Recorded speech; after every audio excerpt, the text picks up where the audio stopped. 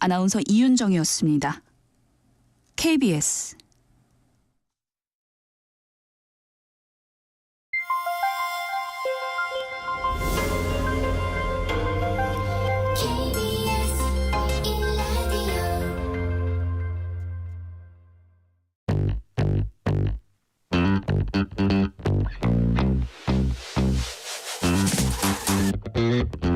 KBS 1라디오 뉴스레터 K. 안녕하십니까. 뉴스레터 K KBS 김용준 기자입니다. 선거 결과 지켜보느라 새벽까지 개표방송 지켜보신 분들 참 많으시죠. 개표 결과 22대 국회에서도 견고한 여소야대 구도가 이어지게 됐습니다. 3년 차로 접어든 윤석열 정부 국정 운영에 있어서 적잖은 험로가 예상되는데요. 우리 정치권 큰 틀에서 볼 때 보수당의 총선 3연패가 갖는 의미가 또 적지 않아 보입니다. 잠시 후 진행되는 특집 코너에서 총선 결과 의미 짚어보고요. 향후 정치권 재편 방향 전망해보는 시간도 갖겠습니다. 새벽 서너 시가 돼서야 당선자 윤곽이 발표된 지역구도 나왔습니다. 이번 총선만큼 초접전지가 많았던 선거도 없었던 것 같은데요. 2부 뉴진수 코너에서 손에 땀을 쥐게 했던 격전지 중에서 서울 중성동 을에서 승리한 민주당 박성중 당선인, 그리고 경기 포천 가평에서 승리한 첫 지역구 1990년대생 의원이 될 국민의힘 김용태 당선인 당선 소감 들어보겠습니다. 문자샵 9730, 짧은 문자 50원, 긴 문자 100원, 어플리케이션 콩으로 보내시면 무료고요. 유튜브 KBS 1라디오 계정 채팅으로도 이야기 나누실 수 있습니다. 문자 보내시면 추첨 통해서 커피 쿠폰 보내드리겠습니다. 여러분의 이야기도 많이 들려주십시오. 뉴스레터 K 지금부터 시작합니다.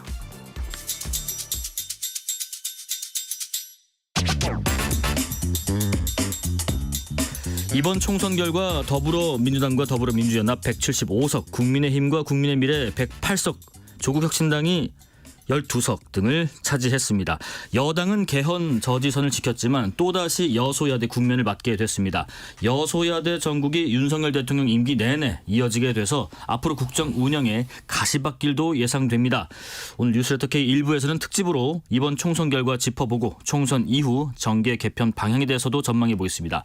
전문가 세 분 모셨습니다. 전원책 변호사, 한겨레신문 성한용 선임기자, 그리고 새로운 미래 박원석 공동선대위원장입니다. 안녕하십니까? 네, 안녕하십니까? 예, 우선 박원석 위원장님, 네. 선거 치르시느라 고생 많으셨습니다. 네, 고맙습니다. 그리고 전원책 변호사님하고 우리 성한용 기자님도 선거 동안에 상황 지켜보면서 여러 가지 논평하시느라 또 고생하셨습니다. 윤석열 대통령 집권 3년 차에 접어들면서 치러진 선거였는데요. 대통령 임기 중에 치러지는 이 총선이었다 보니까 아무래도 윤석열 정부에 대한 중간 평가 성격을 띠지 않을 수가 없었던 것 같습니다. 윤 대통령이요, 오늘 총선에서 나타난 국민의 뜻을 겸허히 받들어서 국정을 쇄신하고 경제와 민생 안정을 위해서 최선을 다하겠다 입장을 밝혔는데, 국가안보실 제외하고는 한덕수 총리 비롯해서 대통령실 참모진 전원 사의를 표명했습니다. 세 분 의견 잠깐 좀 들어보겠습니다. 전원책 변호사님. 예. 이번 선거가 윤석열 정부의 중간 평가라는 것, 네. 그걸 우리는 다들 얘기를 했는데, 네네. 1월달, 2월달에도 언론은 그 중간 평가라는 걸 일부러 도외시한 것처럼 보였습니다. 네. 이게 뭔가 하면 네. 신문 일면 헤드라인을 보나 또 사진을 보나 보면 왼쪽에 그 이재명 대표 사진 싣고 오른쪽에 한동훈 비대위원장 사진 싣고, 예. 이래서 여야의 대결 구도로만 포커스를 맞추고 윤석열 정권이 중간 평가다, 이걸 잘 부각을 안 시키는 것 같아요. 이 윤석열 정권 중간 평가라는 그게 왜 중요한가 하면, 예. 중간 평가는 첫 번째가 민생입니다. 경제입니다. 그 어느 나라나 그래요. 그 민생 경제인데, 네. 그건 요사이 같은 삼고 시대, 이 고물가, 고금리, 고환율 시대에는 고물가란 말이에요. 물가가 문제고, 네. 물론 그것이 나중에 이제 파한단되고 875원짜리다 이런 그 일종의 해프닝 같은 사건이 일어나는 계기가 됐는데, 네네. 또 두 번째는 그 윤석열 정권에 대한 비판이니까 잘했든 못했든 윤 대통령의 어떤 그 통치 방식, 예. 이것이 그 평가를 받는 거예요. 그렇습니다. 그런데 우리가 늘 걱정하는 것이 바로 그 불통 이미지, 그게 오만으로 비친다. 그걸 아는 사람들은 다 알고 있었으니까 다 그래 강조를 해왔습니다. 네네. 그것 좀 없애야 된다. 그 왜 기자회견을 취임 후에 이 100일 기자회견을 한 번밖에 하지 않고 그리고 잘하던 도우스 대표를 왜 재작년 말에 그만뒀느냐. 그걸 이해를 못하겠다 이러는데 사실 미국 대통령도 두 달에 한 3번 정도 이 핑계를 놓으면 그래요. 예. 그렇게 기자회견을 하는데 우리는 대통령이 장관을 그 교체를 하면서 예컨대 뭐 석 달 만에도 장관을 교체하고 자기의 참모인 정책실장을 비서실장으로 한 달 만에 옮기면서 네. 또 거기에 대해서도 대통령이 직접 브리핑을 하잖아요. 대변인을 통하거나 홍보수석을 통해서 브리핑을 했단 말이에요. 네네. 이런 것이 불통 이미지로 계속 보이게 하고 또 결정적으로는 네. 예, 총선 직전에 그 중대한 시기에 예. 이 의과대학 정원을 3,000명을 5,000명으로 2,000명. 늘리는 예, 것을 2,000명을 늘리는 것을 폭탄을 터뜨려 버렸단 말이에요. 그리고 그 온 국민이 막 박수 칠 것이다. 물론 갤럽 여론조사 보면 긍정평가 원인으로 거의 등장을 했습니다. 네네. 그런데 문제는 그것이 전부 다 승복을 하고 하면 좋은데 의견 수렴을 거치지 않다 보니까 네. 예, 의과대학생은 물론이고 전공의들이 특히 반발을 했고 그리고 이 교수협의회도 반발을 했단 말이에요. 네, 현재까지 진행 중이죠. 이러니까 이 불통 이미지가 가중이 되어버린 거예요. 그 마지막에 복지부 박민식 차관이 그 1년 유예할 수 있다는 그 유예해달라는 뭐 전공의들의 어떤 요구사항을 네. 검토할 수 있다 이렇게 했는데 그 직후에 불과 30분 만에 대통령실에서 아니 그 말도 안 된다. 우리 검토 못 한다. 네네. 이렇게 해버리니까 오만 이미지만 더 사해버린 겁니다. 그런 것들이 일반 이번에 통행식이다. 표로 반영이 된 예, 결과라는. 이것이 예. 나는 결정적이 되지 않았느냐 예. 이런 생각을 합니다. 예. 성환영 기자님, 지금 윤석열 정부 남은 3년 동안에 여소야대 전국에서 국정 운영을 하게 됐는데 자연스럽게 지금 국정 기조에 대한 큰 변화 요구를 또 받고 있는 것 같기도 하고요. 윤 대통령도 좀 전향적인 모습을 취해야 한다라는 목소리도 있는데 변화해야 한다면 어떤 모습으로 좀 바뀌어야 할까요? 글쎄 일단은요 변화를 할까 안 할까 이게 궁금해요. 할까 안 할까, 네.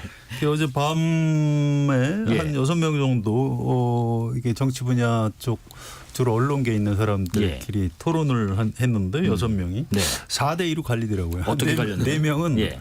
에이 안 바뀐다. 안 바뀐다. 사람 그렇게 쉽게 안 변한다. 예. 근데 이제 2명 저를 포함한 네네. 2명은 아니다. 이건 바뀔 수밖에 없을 것이다. 왜냐하면 예. 바뀌지 않으면 대통령으로서 국정을 수행할 수 없기 때문에 지금은 그 워낙 이 위기라는 걸 모를 정도로 네. 윤석열 대통령이 뭐 그 정도로 바보는 아니다. 그냥 바뀔 수밖에 없다. 네네. 이제 약간 그 어떤 기대치를 반영한 그런 전망이죠. 그래서 일단 그 총리, 국무총리하고 비서실장, 예. 그다음에 대통령실 수석들, 예, 수석들. 뭐 당연합니다. 예. 그런데 뭐 여기 장관들은 안 들어갔더라고요. 네네. 이게 이제 의원내각제 같으면 뭐 국회 해산하고 총선 다시 치러야 될 정도 그런 성적인데 예. 우리는 이제 대통령제다 보니까 그렇게는 안 하는데 그래서 옛날 대통령들이 이제 당정 개편 뭐 이렇게 해서 뭐 대통령을 그만둘 수는 없으니까 네네. 했는데 잘 모르겠습니다. 오늘 입장문이 너무 짧아요. 짧죠. 이게 예. 향후에 이게 조금 더 이게 무슨 그 뭐 인공지능 뭐 얘기했나? 그건 아니겠죠. 뭔가 좀 뭔가 좀그뭐좀 대통령이 뭔가 굉장히 좀 난감하거나 이런 게 좀 정서가 담긴 메시지였으면 참 좋았을 뻔했다. 예, 예. 아쉬움 같은 게 좀 있어요. 박원석 위원장님. 네. 그러면은 윤석열 대통령이 우리 성환용 기자님 말씀처럼 좀 바뀌어야 된다. 바뀔 수밖에 없다면 가장 먼저 바뀌는 모습은 뭘까 싶습니다. 혹시 뭐 야당과의 만남일지 뭐 소통일지 아니면 다른 모습일지. 그러니까 그 야당과의 대화를 포함해서 네. 대통령이 좀 고집스러운 불통의 이미지 그것부터 좀 바꿔야 된다고 생각합니다. 예, 예. 그러니까 보면 지금 의대 정원 문제 같은 경우에도 네. 그 정책의 방향성에 대해서는 국민적 공감대가 있었어요 처음에. 근데 문제는 뭐냐면 첨예한 이해관계가 걸린 문제인데 예. 그 이해관계자들하고 어떤 대화도 하지 않고 일방적으로 자기 주장만 밀어붙였단 말이에요. 그러니까 이게 정책의 내용보다 정책을 추진하는 태도에 국민들이 굉장히 많이 실망을 하고 있어요. 근데 네네. 거의 모든 정책에 있어서 그렇습니다. 그러니까 작년에 사실은 민심의 경고를 한번 세게 받았습니다. 윤석열 대통령이나 여당이. 예. 강서 재보궐선거에서 큰 표차로 패배했고 그 직후에 대통령이 담화를 내서 국민은 늘 옳다 이런 말씀을 하셨어요. 네. 아니 그럼 그런 기조로 갔어야 되는데 뭐 국민은 옳다고 얘기해 놓고 그 다음부터 또 내가 옳다 이렇게 국정 기조를 가져간 거예요. 그래서 저는 그에 대해서 이제 이 누적된 네. 민심의 심판을 크게 이번에 받은 거라고 보고요. 예. 그러니까 다른 거, 뭐 참모들을 바꾸고 뭐 내각을 바꾸고 중요합니다. 중요한데 그보다 더 중요한 거는 결국 대통령 스스로의 태도 변화. 네. 앞으로 국정을 지금처럼 이렇게 본인이 혼자서 고집스럽게 독선적으로 운영할 게 아니라 야당과 대화하고 언론과 대화하고 국민과 대화하고 다양한 이해관계자들과 대화하면서 국정을 운영할 수밖에 없는 네. 그런 상황이 놓인 거예요. 근데 여기서도 대통령의 스타일을 바뀌지 않는다면 네.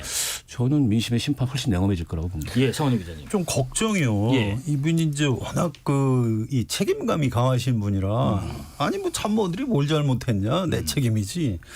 이태원 참사 때 뭐 법적 책임은 있는 사람한테 딱딱 물어야지. 뭐 그래서 그때 그 행안부 장관하고 예. 경찰청장 뭐 그냥 뒀지 않습니까? 그러니까 사실 지금도 그냥 하고 계세요. 그래서 전 지금 걱정이 네. 혹시 총선 참패에도 불구하고 아니 뭐 총리하고 뭐 비서실장이 뭘 잘못했냐.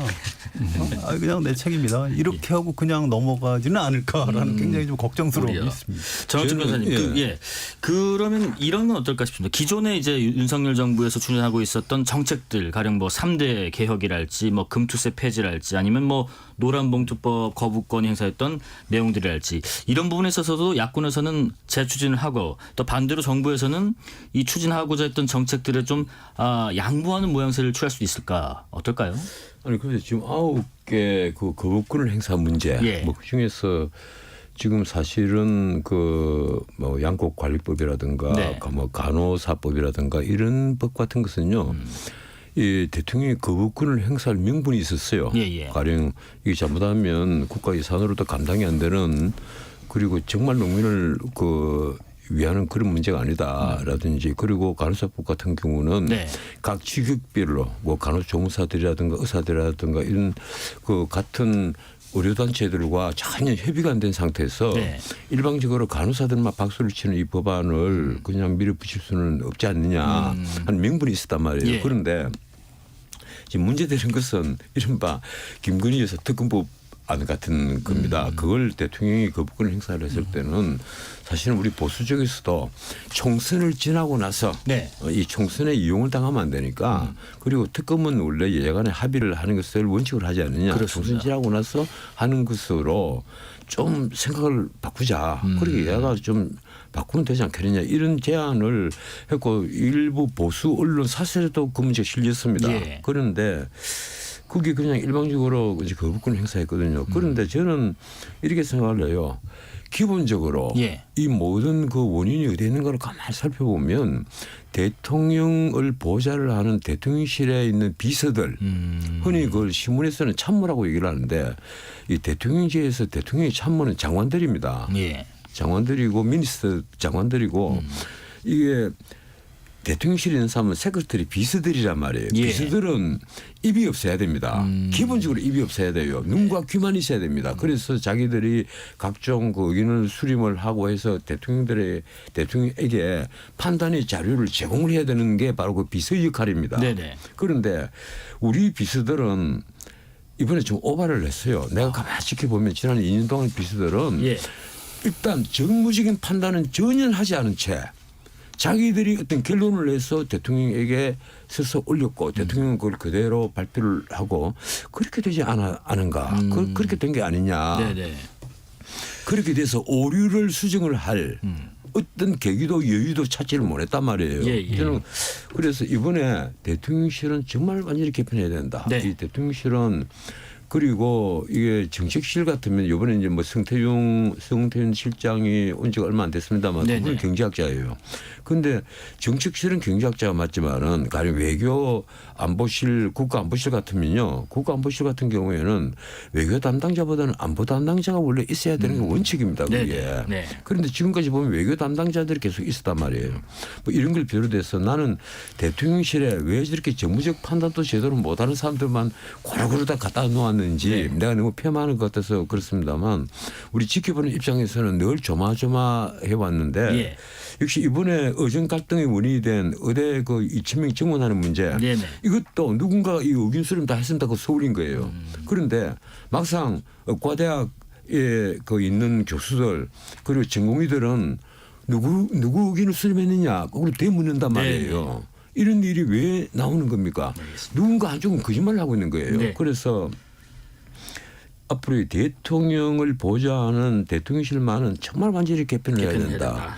그리고 네. 요즘 장관 이름 잘 모르잖아요. 예. 그리고 장관 이름을 잘 모른단 말이에요. 국민들이. 네네. 그건 뭘 의미하는가 하면 장관도 수시로 바뀌었지만은 그만큼 장관이 제 역할을 못 했다는 게 사실 문제입니다. 네. 그래서 필요하다 그러면 장관도 정말 자기 직무에 능통한 전문가들을 좀 바꿔야 한다. 최신도가 필요하다는. 예. 지금 특검 말씀을 상황입니다. 하셔서 예. 한 가지만 제가 첨언을 하자면 예. 당장 총선 끝나고 대통령이나 여당이 실험대에 서게 될 게 네네. 최상병 특검 본회의 이 처리 기한이 만료가 됐습니다.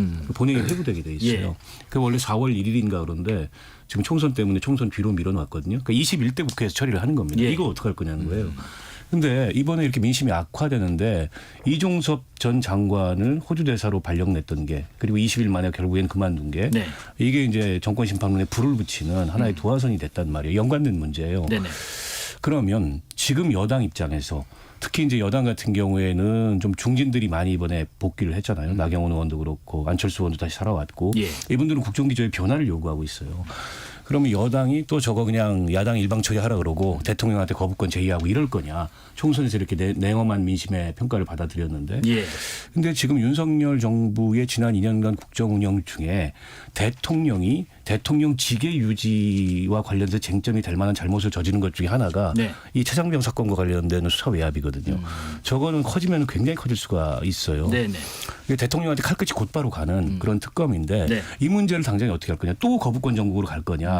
그렇게 되면 아마 22대 국회 들어서자마자 온갖 특검법이 이 무더기로 발의가 될 거고 네네. 대통령은 통치가 거의 불능한 상황에 직면하게 될 거예요. 예, 성원영 기자님, 이런 질문 한번 드려보겠습니다. 이번 선거 결과 이후에 총선 패배에 대해서는 대통령실과의 공동 책임이 아니라 오롯이 본인 책임이다. 한동훈 위원장이 그런 얘기를 하면서 직에서 물러났는데, 뭐 총선 뒤에 뭐 유학설도 있었지만 일축을 했고요. 오늘도 정치를 계속 하십니까라고 했더니 본인이 한 약속을 지키겠다라고 답을 했어요. 한동훈 위원장. 의욕만 앞선 좀 무전략 행보였나요? 아니면 앞으로 정치 행보는 재개가 될지, 아니면 차기 당권을 혹시 생각을 하고 있는지 궁금합니다. 그래서 일단 열어놓고 생각하는 것 같아요. 예. 이게 사람이 자기 운명 자기가 결정을 못하는 경우가 많습니다. 예. 특히 정치인들이 그렇죠. 그래서 이건 이제 윤석열 대통령이 어떻게 생각하는지 또 이 국민의힘의 그 지지자들 당원들이 어떻게 생각하는지에 따라서 좌우될 거라고 보고요. 네네. 아무튼 좀 개인적으로 좀 안 됐어요. 사실 한동훈 위원장이 뭘 그렇게 잘못했는지. 물론 이제 막판에 그 뭐 색깔론이나 하고 뭐 말을 너무 험하게 했죠. 무슨 정치를 개같이 한다고 그러질 않나 뭐 범죄자 연대라 좀 굉장히 이게 참 그 머리 좋다고 정치 잘하는 게 아니구나 참 그 절감을 했는데 좋습니다.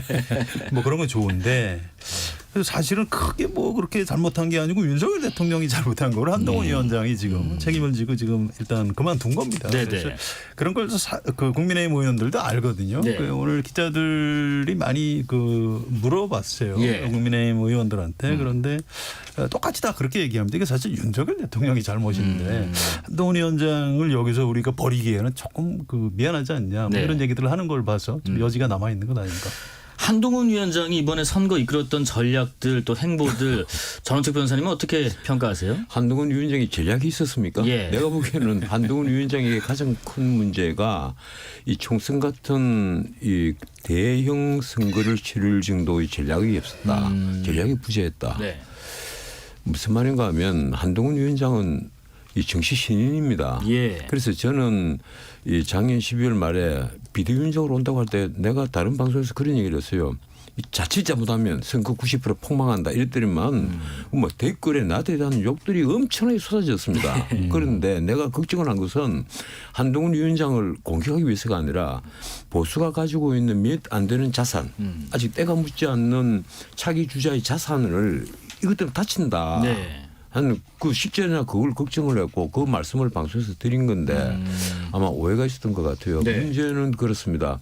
이분이 쭉 해온 걸 보면 제일 처음에 선거를 자신 대 그 이재명의 차기 대선 전초전처럼 이해를 한 게 아니냐. 네. 이 총선이라는 그 윤 대통령의 그 중간 평가로 이해를 한 것이 아니라 차기 대선 전초전으로 본 것이 아니냐. 그래서 본인이 그 나중에 이제 뭐 홍준표 대구시장 같은 사람이 그런 비아냥을 좀 했는데 뭐 그 비아냥인지 네. 충분히는 모르겠습니다만은 뭐 셀카 찍으러 다니느냐 이런 얘기를 했단 말이에요. 예. 그 말은 그 대중들 앞에 이 국회의원 후보자들 서너 명 그 지역에 있는 후보 다 예. 모아서 같이 어깨동무하면서 이 셀카 사진이나 찍고 대중의 환호를 즐기고 하는 그럼 그건 누가 보더라도 후보를 띄워주고 하는 것이 아니라 본인이 광을 내리고 다닌 것 아니냐 네. 이제 이런 오해를 받기에 그 아주 알맞은 일들이었어요. 예. 그래서 자, 여기서 잠시 저희가 교통정보 상황 좀 듣고 예. 뒤에 하실 말씀들이 많습니다. 이야기 계속 들어볼게요. 실시간 교통정보 알아보겠습니다. 교통정보센터 서휘영 리포터 나와주세요. 네, 이 시각 교통정보입니다. 공사와 작업들 대부분 마무리되고 있는데요. 퇴근 시간 앞두고 이동량이 늘었습니다. 수도권 제1순환고속도로 구리에서 판교 쪽, 구리 남양주요금소에서 서하남까지 정체 길고요. 반대 방향은 광암터널에서 구리 남양주요금소까지 흐름 답답합니다. 같은 방향 경기 서쪽에서는 노우지에서 송내까지 길게 밀립니다. 경부고속도로 서울 쪽 안성번개점과 남사제니부터 이동량이 늘었고요. 이후 기흥동탄에서 수원까지 또 양재에서 반포까지 정체입니다. 서해안고속도로 서울 방향 해미 일대로 1, 2차로의 작업이 이어지면서 교통량 몰려 있습니다. 이후 서평택 분기점에서 화성휴게소까지 또 팔탄 분기점과 매송휴게소부터 각각 정체입니다. 나란히 가는 평택 시흥고속도로 시흥 방향은 마도에서 송산마도까지 속도 더디고요. 중부고속도로 하남 방향 일죽에서 하남 분기점 사이 가다서다 반복됩니다. 중부 내륙고속도로 창원 방향은 조곡터널을 가기 전 지점 1차로에 발생한 사고 처리하면서 여파로 탄용터널부터 정체입니다. KBS 교통정보센터였습니다. 네, 교통정보 들어갔고요. 계속해서 말씀 이어가 보겠습니다. 그 지역구 개표 결과 전체적으로 한번 좀 의견을 여쭤볼 게 있습니다. 일단 수도권은 이번에도 민주당이 압승을 했는데 서울을 약간 떼서 보니까 지난번보다는 국민의힘이 조금 더 37대 11로 가져간 부분이 있고요. 그리고 이제 관심 많았던 낙동강 벨트는 국민의힘이 압승을 거뒀습니다. 또 충청 지역은 뭐 민당이 대부분 의석을 가져갔고요. 자, 우리 박원석 위원장님께서는 여러 지역구들의 개표 결과 보시면서 네. 특히 이 지역 상당히 좀 주목되더라. 결과가 어떤 지역이 있었을까요? 사실은 선거 막판에 예. 낙동강 벨트도 위험하다. 낙동강 전선이 다 뚫리게 생겼다. 네.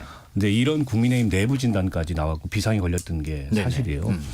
그리고 부산 그 의석들 중에 거의 절반을 민주당이 쟁취할 수 있을 것 같다. 이런 예. 전망까지도 나왔거든요. 근데 결과로 보면 그 전재수원 하나만 지금 살고 그렇습니다. 국민의힘이 전 지역을 석권을 했는데 그 약간 역결집이 이루어진 것 같아요. 위기감을 느끼니까 보수층이 예. 그러니까 보수가 결집할 때는 본진부터 결집을 하거든요. 네네. 그러니까 TK가 완벽히 결집했고 예. 그다음에 PK 결집하고 예. 근데 그게 북상을 못하고 거기서 끝난 겁니다. 선거가 이제 시간이 다 돼가지고 네. 그리고 역결집의 원인 제공을 한 게 두 가지가 있었는데 네. 조국 대표하고 조국 혁신당이 부산을 너무 자주 갔어요. 부산에서부터 정권 심판 이런 얘기를 하다 보니까 네. 그게 오히려 부산 보수 지지층의 위기감을 자극해서 이제 결집의 동기가 되게 되는 측면이 있고 또 하나는 뭔가요? 문 대통령이 등판하셨습니다. 문 전 대통령이요. 근데 문 대통령이 예. 초반에 이제 뭐 살짝 등판한 건 괜찮았는데 마지막에 메시지가 굉장히 강해졌어요. 그러면서 뭐 이런 정부를 본 적이 없다든지. 이렇게 못하는 정부 70년 만에 70평생 네네. 처음 봤다. 그다음에 뭐 야당들 민주당 뭐 조국혁신당 뭐 새로운 미래 잘 됐으면 좋겠다. 네. 그래서 이거는 그냥 지인을 이렇게 우회적으로 지원하는 걸 넘어서서 네. 선거에 완전히 전직 대통령이 개입한 것처럼 보였거든요. 예. 그러니까 이게 이제 전례가 없을 뿐만 아니라 물론 법적으로는 아무 문제가 없습니다. 그런데 이제 부산 지역의 보수층 유권자들의 이 표심을 역으로 자극을 해서 네. 결집이 이루어진 게 아닌가 싶고 예. 역으로 문 대통령의 지원이 이게 선의를 가지고 한 지원이고 선거에 도움이 되라고 한 지원이고 후보들도 도움이 될 것 같았기 때문에 문 대통령 선거 지원을 초청을 했는데 네. 결과적으로 보면 그렇게 도움이 안 된 것 같아요. 그게 아마 부산에서 예상과는 좀 다른 이런 결과가 나온 게 아닐까 싶습니다. 성원윤 기자님, 그러면은 문 전 대통령께서 오시는 분들 손님말 정도만 했어야 됐나요? 파란 점퍼를 입고 이렇게 다니시는 게 오히려 샤이 보수를 결집시켰나요? 뭐 그런 측면이 있다고 민주당 안에서도 분석을 합니다. 예. 그래서 뭐 그렇다고 이제 그 진정성을 의심하는 것 같지는 않고요. 아무튼 결과적으로 이제 뭐 그런 역결집이라고 할까요? 그런 빌미를 줬다. 뭐 이런 얘기를 하는 측면이 있고요. 네. 또 한 가지는 이 부산, 울산, 경남 이쪽에 이 어떤 중심축 역할을 해줄 수 있는 네. 좀 큰 인물, 그러니까 자기 지역구 매몰되지 않고 그쪽에서 뭐 대선 주자급 정치인이 좀 있었으면 좋았을 것이다 이런 얘기를 민주당 안에서 하는 것 같습니다. 예, 전원책 변호사님께는 이런 질문 좀 드리고 싶어요. 지금 국민의힘하고 국민의미래가 합해서 108석인데 이걸 가지고 이제 100석 이상이면 뭐 개헌 저지선이다. 나중에는 윤재욱 원내대표도 개헌 저지선만큼은 달라 이렇게 읍소까지 했는데 제가 여쭤보고 싶은 건요. 어느 순간부터 보수는 개헌 저지선 정도의 의석수에 매달리는 모습을 좀 보이고 있는데 이런 건 어떻게 우리가 이해해야 됩니까? 아니 그래서 그 개헌 저지선 얘기가 나온 것이 정확히 총선 한 6일 전입니다. 예. 그러니까 블랙아웃 그 직전에 그 말이 나왔어요. 그 저도 깜짝 놀랐죠. 네. 뭐가 이 정도로 어려우셨나 이런데 2월 한 달에 국민의힘 이 상승세를 보이고 윤 대통령의 국정평가에 대한 긍정평가가 네. 계속 상승을 했단 말이에요. 그리고 민주당은 하락을 하고 그래서 이 윤 대통령에 대한 지지도가 40%를 넘었으면 이건 중간 평가지만은 이제 보수 진영에도 희망이 있지 않느냐 네. 이렇게 다들 그 생각을 했었어요. 실제 40%가 되지 않은 상태에서 보수 정당이 총선에서 중간 평가에서 이긴다는 것은 그것은 난망한 일입니다. 네네. 그런데 그 40% 직전에 딱 그 브레이크가 걸려서 다시 추락을 했단 말이에요. 심지어 일주 동안에 국민의힘 지지도만 보면 15%포인트가 추락을 했다. 이 갤럽입니다. 네. 추락을 했다가 3월 두 번째 주에 추락을 했다가 그다음 주에 9%가 또 반등을 하는. 네. 그래서 판세가 요동을 쳐버린 거예요. 그런데 어떻든 마지막에는 34, 5% 정도로 대통령에 대한 지지율이 거의 그 고착을 하는 그 상태로 왔단 말이에요. 그러면 이 상태에서 과연 집권 여당이 제1당이 될 수 있느냐. 1당이 되기는 굉장히 힘들죠. 그리고 물론 151석이라고는 과반을 획득한다는 것은요. 그건 뭐 기대할 수 없는 일이고 그런데도 이 한동훈 위원장은 문자 그대로 고군분투를 했죠. 네네. 그런데 아까도 말씀드렸지만 한동훈 그 위원장이 프레임을 잘못 만들었어요. 처음에는 이제 당연히 중간평가가 부각이 됐을 3월 달에는 견제론이냐 지원론이냐 네. 정부에 대한 견제론 혹은 지원론 그 싸움으로 비쳤는데 나중에는 그다음에 한동훈 위원장이 건 것이 심판론 대 심판론입니다. 예. 야당은 어차피 정권 심판으로 치고 나오는데 예. 한동훈 위원장이 가만 보니까 야 이게 86 운동권 청산 이 시대 중심만으로 안 되겠다. 그래서 거야 심판론. 네. 그걸 이제 2조 심판론으로 갔어요. 이재명 따기 조국. 예. 범죄인 연대 아니냐. 예. 이 범죄인 연대 심판으로 갔단 말이에요. 그런데 이게 먹히들지 않는 겁니다. 왜 안 먹히되는가 하면 우리 국민들은 누구나 다 그동안에 이미 1년 넘게 이재명의 각종 범죄에 대한 추적을 해왔지 않습니까? 신문에 연일 났고 네. 구속영장이 2번이나 청구됐단 말이에요. 이러니까 이재명 대표가 뭐 재판을 받는다고 일주일에 3번씩 재판 받는다는 것을 누구나 다 알고 있는 거예요. 네. 오히려 그게 이재명 대표는 약한 핍박을 받는 다윗 같은 존재로 보이게 했고 오히려 권력은 골리앗처럼 보이게 했단 말이에요. 네네. 거꾸로. 그걸 모르고 2조 심판원으로 밀어붙이니까 아니 그게 먹히 들겠느냐. 제가 보기로는 예. 이게 한동훈 위원장이 가장 큰 패착이 아니겠느냐. 성한윤 기자님 하신 말씀 있으신 것 같습니다. 심판론은 잘못된 건데요. 예. 막판에 그 100석 무너진다 이렇게 얘기한 거는 사실 그 실제로 판세가 좀 그랬다고. 그래서 제가 마지막 드릴 수 있는 말씀이 마지막에 그것이 이제 지금 성한용 위원 말씀하신 것처럼 그게 부각이 되면서 표 결집론으로 나갔기 때문에 그나마 그나마 좀 개헌 저지선을 지키게 된 거 아니냐. 그게요. 전 그래서 그건 한동훈 위원장의 그 뭐라고 그럴까요? 그 업소 전략이 좀 먹혔다고 생각을 해요. 그래서 어쨌든 그 좀 뭐 권영세, 안철수, 나경원 이분들 떨어질 뻔했다고 살아왔고요. 그리고 또 한 가지는 이 보수 쪽의 젊은 후보들이 출구조사에서 다 떨어지는 걸로 나왔었는데 좀 건졌습니다. 그래도 뭐 도봉을의 김재섭, 경기도 포천 가평의 뭐 김용태 김용태. 이런 분들. 예. 이게 사실은 윤석열 대통령 때문에 이 보수 전체가 미래 싹까지 다 죽는 폭망을 갈 뻔했는데 그래도 좀 싹은 좀 건져서 이어갈 수 있게 됐다 네. 이런 측면도 있는 것 같습니다. 방송에도 저는 예. 개인적으로 이번 이제 여당의 선거 전략을 보면서 제일 이해가 안 됐던 점이 뭐예요? 이게 이제 선거에서 전략이라는 건 기본적으로 포메이션을 어떻게 쓸 거냐. 네네. 4-4이냐 4-3-3이냐 원톱이냐 투톱이냐 이거거든요. 네네. 근데 한동훈 위원장 아주 뾰족한 원톱으로 해놨는데 예. 이분은 아까 변호사님 말씀하셨듯이 선거 경험이 없어요. 뭐 전국 단위 선거는커녕 무슨 어떤 선거 경험도 없는 분인데 네. 그분한테 판단과 지휘를 다 맡겨놓은 것 자체가 패착이었다. 근데 이게 안 먹히면 포메이션을 바꿔야 되는 겁니다. 네. 근데 사실은 유승민 의원 같은 경우에 비공식적 뭐 선대위원장 비슷한 역할을 했어요. 후보들이 막 추천해가지고.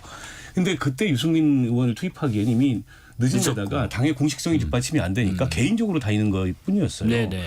근데 차라리 좀 더 일찍 당이 공식적으로 한동훈으로 안 먹히면 한동훈 위원장하고는 포지션이 다른 서 있는 예. 유승민 의원은 기꺼이 어쨌든 선거에 참여할 의사가 있었거든요. 본인이 공천받고 출마한 건 아니지만 뭐 미드필더라도 활용을 했어야 예. 되는 거죠. 네. 그렇게 해서 이게 지평을 넓혔어야 되는데 계속 뾰족하고 좁게 가져가는 겁니다. 네네. 그러다 보니까는 급기야 나중에 몰리니까 뭐 막말 나오고 한동훈 위원장 이미지하고 어울리지 않는 그런 메시지 전략으로 가버린 거예요. 네. 그걸 보면서 아 선거가 이제 이 여당이 극단까지 갔구나. 예, 예. 다 안 되니까 마지막에 두 분 말씀하셨듯이 개헌저지선 지켜주세요. 이렇게 한 겁니다. 그런데 제가 한 말씀만 딱 드리자면요. 예. 하고 야권 넘어가겠습니다. 예, 제가 간단히 말씀드릴게요. 이게 다들 지금은 별 생각하지 않는데 네. 민주당은 비명행사. 그 비명행사가 뭔가 하면 이재명의 사당화 얘기지 않습니까? 네네. 그래서 이 민주당 난리 났다. 그 2월 달입니다. 그런데 비명행사든 뭐든 그래서 중진들이 많이 밀려났어요. 뭐 바로 원내대표 하던 예. 사람들도 몇 사람이나 밀려났죠. 박용진 같은 이 당권을 다투던 사람도 밀려났죠. 그런데 예. 어쨌든 사람은 바꿨습니다. 어쨌든 새로운 사람들이 등장을 했단 말이에요. 예. 그런데 국민의힘은 이 공천에서나 실패한 것이 아니냐. 지난번 수도권에서 17석밖에 끊지지 못했는데 그때 패배한 사람들이 대부분 이번에도 다시 나오고 다시, 예. 젊은 후보든 나이 든 후보든 다시 등장을 한 인물들이 많았다. 그중에서 이 살아 돌아온 중진들도 있지만은 네. 다시 무력하게 나가 떨어진 후보들도 많다. 그리고 국민의힘은 뭐 바뀐 게 없어 보이고 네. 민주당은 그 비명행사 뭐 이러는데 일단 예, 등장한 인물은 새 얼굴이 많으니까 네. 그런 면에서 예, 공천에서도 그렇게 득점을 하지 못한 게 아니냐. 대비가 좀 이런 됐다. 생각을 합니다. 야권 상황을 짚어보겠습니다. 지금 여소야대 국면에서요. 이재명 대표 본인이 지휘한 선거에서도 여소야대 국면을 이뤄냈습니다. 향후 있을 민주당의 전당대회에서도 그 입지는 변함이 없을까 싶은데 추미애 당선인이요. 오늘 그런 얘기했습니다. 민주당의 압승으로 그러면 이재명 대표의 위상이 공고해진 겁니까? 이랬는데 그렇게 볼 수도 있지만 혁신의 중심은 민심으로 혁신의 힘이 응집된 결과로 표현한 게 바람직하다. 약간 요 선에서 마무리를 했는데 성한용 기자님 지금 이재명 대표의 위상은 공고해지는 것이 아닌가 또 차기 당권까지도 계속 이어갈 수 있는 것 아닌가 어떻게 생각하세요? 그건 좀 여유가 생겼다고 해요. 예. 이제 총선에서 많이 이겼기 때문에 네네. 오히려 좀 선거 결과가 안 좋았으면 뭐 전당대회 8월달에 다시 출마할 수 있는데 지금은 그렇지 않고 다른 카드들도 좀 이렇게 검토하고 있는 것 같다고 합니다. 네. 그래서 이게 이제 양면이 있어요. 이게 예. 좀 여유가 생긴 측면도 있는데 또 이제 국회의원들이 당에서 공천받고 당선되면 언론에서는 네. 뭐 친명이다 이렇게 다 하지만 본인들은 아니 내가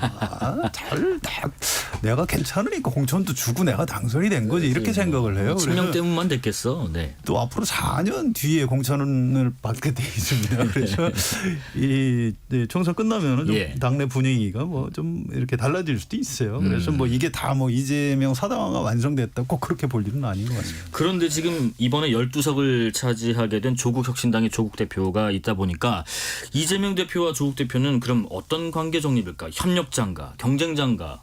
어떤 관계 정립이 가능한 건가요? 아니 글쎄 그 앞에 문제 성한용 예. 그 위원이 하신 답변에 저는 조금 태클을 걸고 싶은 게요. 태클 들어갑니다. 이 원래 이재명 대표가 그 이번 총선 전에 노렸던 게 세 가지입니다. 목표가 예. 하나는 민주당의 완전한 이재명 당화. 예. 어떤 욕을 얻어먹더라도 나는 친명계 일석으로 만들겠다. 그리고 선거문에서 눈치 안 보고 했습니다. 예. 다 쳐냈잖아요.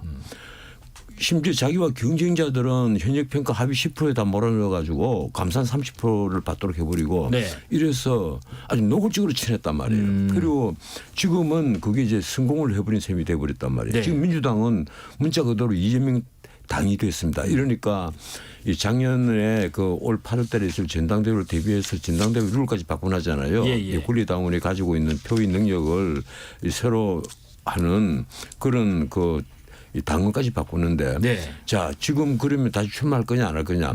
이재명 대표는요. 제가 보기에는 어떤 식으로든지 방탄조끼를 두 벌, 세 벌 입고 있는 걸 절대 부수려고 하지 않습니다. 네네. 이건 그대로 입고 있어야 할 거예요.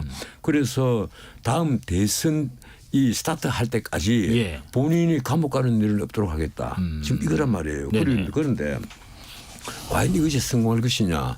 저는 이제 여기에서 엄청난 그 이게 여야 공방뿐 아니라 우리 사회 정오 세력끼리 다툼이 벌어질 것이다. 예. 법대로 하자. 뭐 이런 게 있을 겁니다. 어차피 공직선거법 선고는 아마 몇 달 안에 다 나올 거고 그리고 위증교사도 사실은 재판은 거의 다 끝났거든요. 문제는 대장동 사건 같은 것이 1심에서는 오래 걸립니다만 네네. 지금 2심에서 질질 끌 사건은 아니에요. 그리고 대법원장부터 바뀌어서 이제 신속한 재판을 강조를 하는 입장이니까 네. 본인이 저 재판을 다음 대선 스타트 할 때까지 끌고 가겠다 하지는 못할 거예요. 우선 당장 공직선거법 위반해서 100만 원 이상 벌금형이 나오면 국회의원 자격도 날아갈 뿐 아니라 무슨 민주당이 434억 원 대선 자금 보전받은 것을 다시 반환을 해야 된단 말이에요. 네. 이러니까 황당한 문제가 벌어지는 거예요. 어제 원희룡 그 낙선자가 그런 얘기를 해요. 나는 계양부를 마지막 지역부로 하겠다. 네. 그 말 딱 듣고 아차 이 친구가 보궐선까지도 생각하는 거 아니냐 이런 말이 기자들하고 뭐 그 자리에 있었는데 그 자리에서 당연히 그런 말이 나왔는데 저는 제가 보기에 이재명 대표가 앞으로도 건너가야 될 강은 예. 많다. 하나가 아니라 두 개, 세 개 건너가야 될 강이 그러니까 많다. 총선 승패하고 총선 결과하고 사법 리스크하고 좀 분리해서 생각하시는 게 맞을 겁니다. 이게 조국 혁신당 대표 조국 전 장관도 마찬가지고요. 지금 나경원 의원도 당선됐는데 이분도 지금 재판 진행 중이에요. 예. 그래서 그거를 이제 세간에서는 뭐 아예 정치인들 뭐 대표 되고 그러면 판사들도 좀 봐줄 거 아니냐 이렇게 생각하는데 저는 그렇게 생각하지 않아요. 그래서 그 이준석 대표도 분리해서 생각하는 게 맞을 일단 거예요. 박원석 아까 위원장님. 이제 예. 앵커께서 질문하셨던 그러니까 이재명 대표와 조국 대표의 향후 관계 혹은 민주당과의 조국혁신당과의 관계 예. 일단은 뭐 협력이 바탕이겠죠. 협력을 또 그걸 바탕으로. 표방을 했기 때문에 예.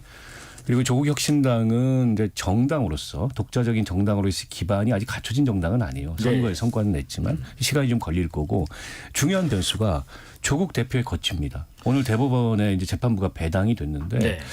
이게 법리적으로 얼마나 복잡한 사건인지는 제가 잘 모르겠습니다만 사실관계는 확정이 됐어요. 예. 이미 항소심에서. 그러니까 법리 검토만 할 텐데 법리 검토에 특별한 뭐 이 그 판결을 뒤엎을 만한 이런 게 나타나지 않으면 예. 신속하게 재판이 이루어질 수 있어요. 어쩌면 한 달 반 정도 남았는데요. 등원을 못할 수도 있다. 등원을 못할 이런 수도 있다. 전망도 예. 나옵니다. 그렇게 되면 이제 조국 대표는 사실상 한동안 정치하기가 어려워집니다. 예. 이게 형을 살고 나와도 5년간은 정치를 못 하거든요. 그러니까 자기 대권은 물 건너 가는 거고 네. 그러면 경쟁이 없는 거죠. 그러나 이제 그게 아니라면 예. 현실적으로 경쟁의 가능성은 있는데 조국 대표나 조국 혁신당 입장에서 발톱을 그렇게 일찍 드러낼 필요가 없고 상당히 지금 내심 민주당이나 이재명 대표 쪽에서는 견제와 경계를 하고 있는 게 사실이에요. 왜냐하면 네. 문 대통령이 몇 차례 언급을 하면서 이게 묘해졌어요. 이게 친문 결집의 플랫폼이 될 수도 있다. 예, 예. 8월달 전당대회 이재명 대표가 또 나오면 민주당이 이게 당이 분화되는 경랑 속으로 들어갈 수도 있다. 이런 관측들도 있거든요. 네. 때문에 그런 것까지 염두에 두고 경계심을 늦추지 않고 있어서 굳이 조국 대표나 조국 혁신당 입장에서 대권을 두고 여러 가지 리스크도 있는데 경쟁한다 이런 걸 표방하지는 않을 거다. 네. 이렇게 봅니다. 사전 오기에 이분 얘기 좀 해보겠습니다. 개혁신당 이준석 대표 이야기 좀 해보려고 하는데 이번에 국회에 입성하게 됐죠. 개혁신당은 비례까지 해서 3석을 얻게 됐고요. 전원책 변호사님, 이준석 후보 개인기 하나만으로 가능했던 결과라고 보시는지요? 아니죠. 이번에 그 이제 화성을에 예. 공영훈 후보가 하필이면 현대자동차 사장까지 지는 분입니다. 네. 그분이 부사장을 할 때 이 뭐 변명이죠. 내 노후를 생각해서 이렇게 35평짜리 다가구 주택 그 땅이 대지 지분이 35평입니다. 예. 그 10억 주고 샀다 이 얘기를 한 건데 그걸 또 그 현대제철이죠. 이게 그 현대자동차와 같은 그룹입니다. 네네네. 이 현대제철이 보유하고 있는 땅에 있는 게 바로 그 레미콘 회사예요. 네네. 우리나라에 유명한 레미콘 회사인데 그걸 서울시와 협의를 다해서 옮기면 네네. 거기 서울숲이 완공이 되면 주변 땅값이 올라간다. 석 달 뒤에 그게 확인이 된 겁니다. 그래서 땅값이 3배로 올라가 버렸어요. 그걸 자기 아들에게 정리를 했단 말이에요. 예. 그래서 정리를 하면서 이 증여세까지 정리를 하는 그래서 거기에 대한 세금까지 또 정리를 하는 예. 이제 그런 그래서 신문 사세를 보면 정리세까지 정리를 하는 이런 게 어떻게 우리나라의 소위 그 기득권층 가진 사람들이 이 도덕성이냐 이래서 논란을 자초를 했고 네. 그런데 그 민주당에서 막판에 그 3명이 그래서 도덕성이 이 의심스러운 인물로 떠오른 게 바로 이 공영훈 예. 그리고 양문석 또 그리고 그 막말을 많이 했다는 김준혁 후보요? 예, 김준혁 예. 후보 이 세 사람이지 않습니까? 그런데 공영훈은 사실 좀 빠져가 있었습니다. 그런데도 이게 워낙 악영향을 끼치니까 그 전까지는 더블 스코어로 이 공영훈 후보가 리드를 하고 있었는데 네. 보면 접근을 하더니만 이 블랙아웃 바로 그 직전에 8~9%포인트밖에 차이가 나지 않은 거예요. 맞습니다.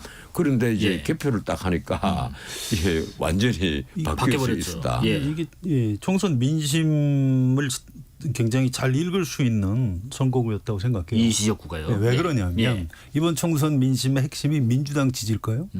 그게 아니고 윤석열 정권 심판인데 네. 민주당 후보 말고 이준석이라는 유명한 사람이 우리 동네에 있는데 이준석으로 심판하면 될 거 아니냐? 전 이게 먹혔다고 생각을 해요. 아하. 그 사전에 예. 여론조사에서 공영훈 후보가 많이 이기는 게 너무 많이 나와가지고 네. 공영훈 후보하고 민주당 쪽에서 좀 방심을 한 것 같아요. 그 틈을 이준석 후보가 파고 들어갔고 성공을 한 측면이 있는 것 그러니까 같아요. 예, 박 저는 위원장님. 결국에는 이준석이라는 그동안의 정치권에서 국회에 입성을 못했지만 네. 상당히 훈련되고 준비된 인물의 정치적 역량이 결국에는 이런 마지막에 차이를 만들었다고 봅니다. 보통 저 정도 더블 스코어 차이가 나면은 선거가 그냥 거기서 끝났다고 보고 주저앉거든요. 네. 근데 이준석 저 후보는 포기하지 않았고 막판에 48시간 그냥 다이렉트로. 네, 그런 게 예, 예. 사실 유권자들한테 전달이 된 거예요. 간절함이. 그리고 뭐 모친이 올라와가지고 또 유세하면서 그것도 굉장히 화제가 된 눈물을 많이 장면이었거든요. 눈물이 지금까지 정치하면서 이준석 대표의 가족이 한 번도 등장했던 적이 없어요. 엄마 아빠 나오신 건 처음 본것 그만큼 같아요. 간절했던 거고 그런 간절함이 전달이 되면서 그 공영훈 후보의 공정 이슈하고 맞물리면서 예. 대역전극을 이루었는데 예. 어쨌든 개혁신당의 성과가 그렇게 크진 않지만 이준석 대표의 당선과 낙선은 이게 하늘과 땅 차이입니다. 네. 어쨌든 개혁신당으로서는 향후에 이제 확장성을 기해 볼 수 있는 기반을 닦았다. 네네. 그렇게 평가할 수 있을 것 그 같아요. 개혁신당에 대해서 약간 호평을 해주는데 본인 당에 대해서 제가 좀 말씀을 좀 드려볼까 합니다. 새로운 미래는 이 창당 초기에 좀 기대했던 만큼의 결과는 이번에 못 얻은 것 같긴 합니다. 김종민 후보 제외하고는 이낙연 후보 포함해서 모두 좀 패배했는데 이 원인이 좀 어디 있었다고 보세요? 저는 결국에는 그 민심을 조금 느슨하게 읽었다. 결국에 이 강한 정권 심판론이 민심이었고 예. 거기서 새로운 미래가 어떤 포지셔닝을 취해야 될지 빨리 결정했어야 되는데 2월달 한 달을 허비했어요. 네. 빅텐트 한다. 뭐 민주당에서 누가 나오냐. 당명을 이래 바꾸니 저래 바꾸니 하면서 이게 이제 국민들 보기에는 이제 허둥지둥하고 좌고우면하는 그런 세력으로 보였던 게 사실이고요. 네. 그리고 호남 그 민심을 뚫고 들어가기 위해서 이낙연 대표가 기존의 불출마를 번복해서 호남 출마를 했습니다만 뚫고 들어갈 만한 그런 메시지와 그런 전략을 갖지 못함으로 인해서 결국 정권 심판론에 그냥 밀려버렸다. 예. 그러니까 이게 스스로의 구도를 못 만들고 예. 결국 김종민 후보는 거기 민주당 후보가 낙마하면서 기회를 얻어서 당선됐고 무엇보다 뼈아픈 게 정당 득표에서 3%를 얻지 못해서 비례대표 당선자를 못 낸 게 뼈아픕니다. 예, 성한님 기자님. 그 박원석 의원님한테 진짜 궁금해서 여쭤보는 건데 네. 저는 이준석, 이낙연 이 두 분이 갈라서지 않고 그냥 했으면 훨씬 결과가 좋았을 거라고 생각이 돼요. 공학적으로. 네. 그런데 지금도 잘 이해가 안 가요. 왜 갈라졌는지. 왜 갈라졌나요? 그게 이제 서로 정치를 다른 진영에 세웠잖아요. 예. 근데 이제 그 차이를 좁힐 만큼의 신뢰나 소통이나 대화가 없었던 겁니다. 그야말로 공학적 결합을 했다가 이제 공학적인 분화가 이루어진 거라고 보고 네. 그래서 저는 아쉬움이 그래요. 그 설 연휴 앞두고 뭘 해야 된다는 조바심에 통합선언을 했는데 차라리 2월 말쯤에 2월 말쯤에 민주당 공천 파동이 날 때 예. 그때 선언을 했더라면 아. 각자의 자기 정체성도 좀 선보이면서 예. 좀 다른 결과를 낳지 않았을까. 네. 그런 면에서 시점에 대한 판단 네. 그리고 통합에 관한 전체적인 전략이 좀 없었던 그런 아쉬움이 뭐 지난 얘기입니다만 좀 남습니다. 그런 질문을 드려볼게요. 이번에 5선 이상 다선 의원으로 입성하게 되신 분들 참 많은데 박지원, 정성호, 정동영 또 6선의 추미애, 조정식 당선인 분들 계시는데 국회의장이요. 통상은 제1당의 최다선 의원이 맡긴 하는데 혹시 사상 처음으로 여성 국회의장 추미애 의장이 나올 수도 있는 것인가 하는 생각이 듭니다. 정원칙 변호사님. 이 추미애 의원이 그 선거 전부터 예.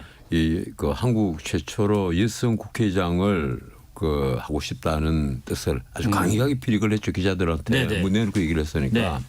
그런데 또 이 여권에서 예. 엄청난 반대를 하고 있습니다. 네네. 내막적으로 예. 안 보이는 반대가 많거든요. 이 추미애 의원 같은 어디로 튈지 모른다.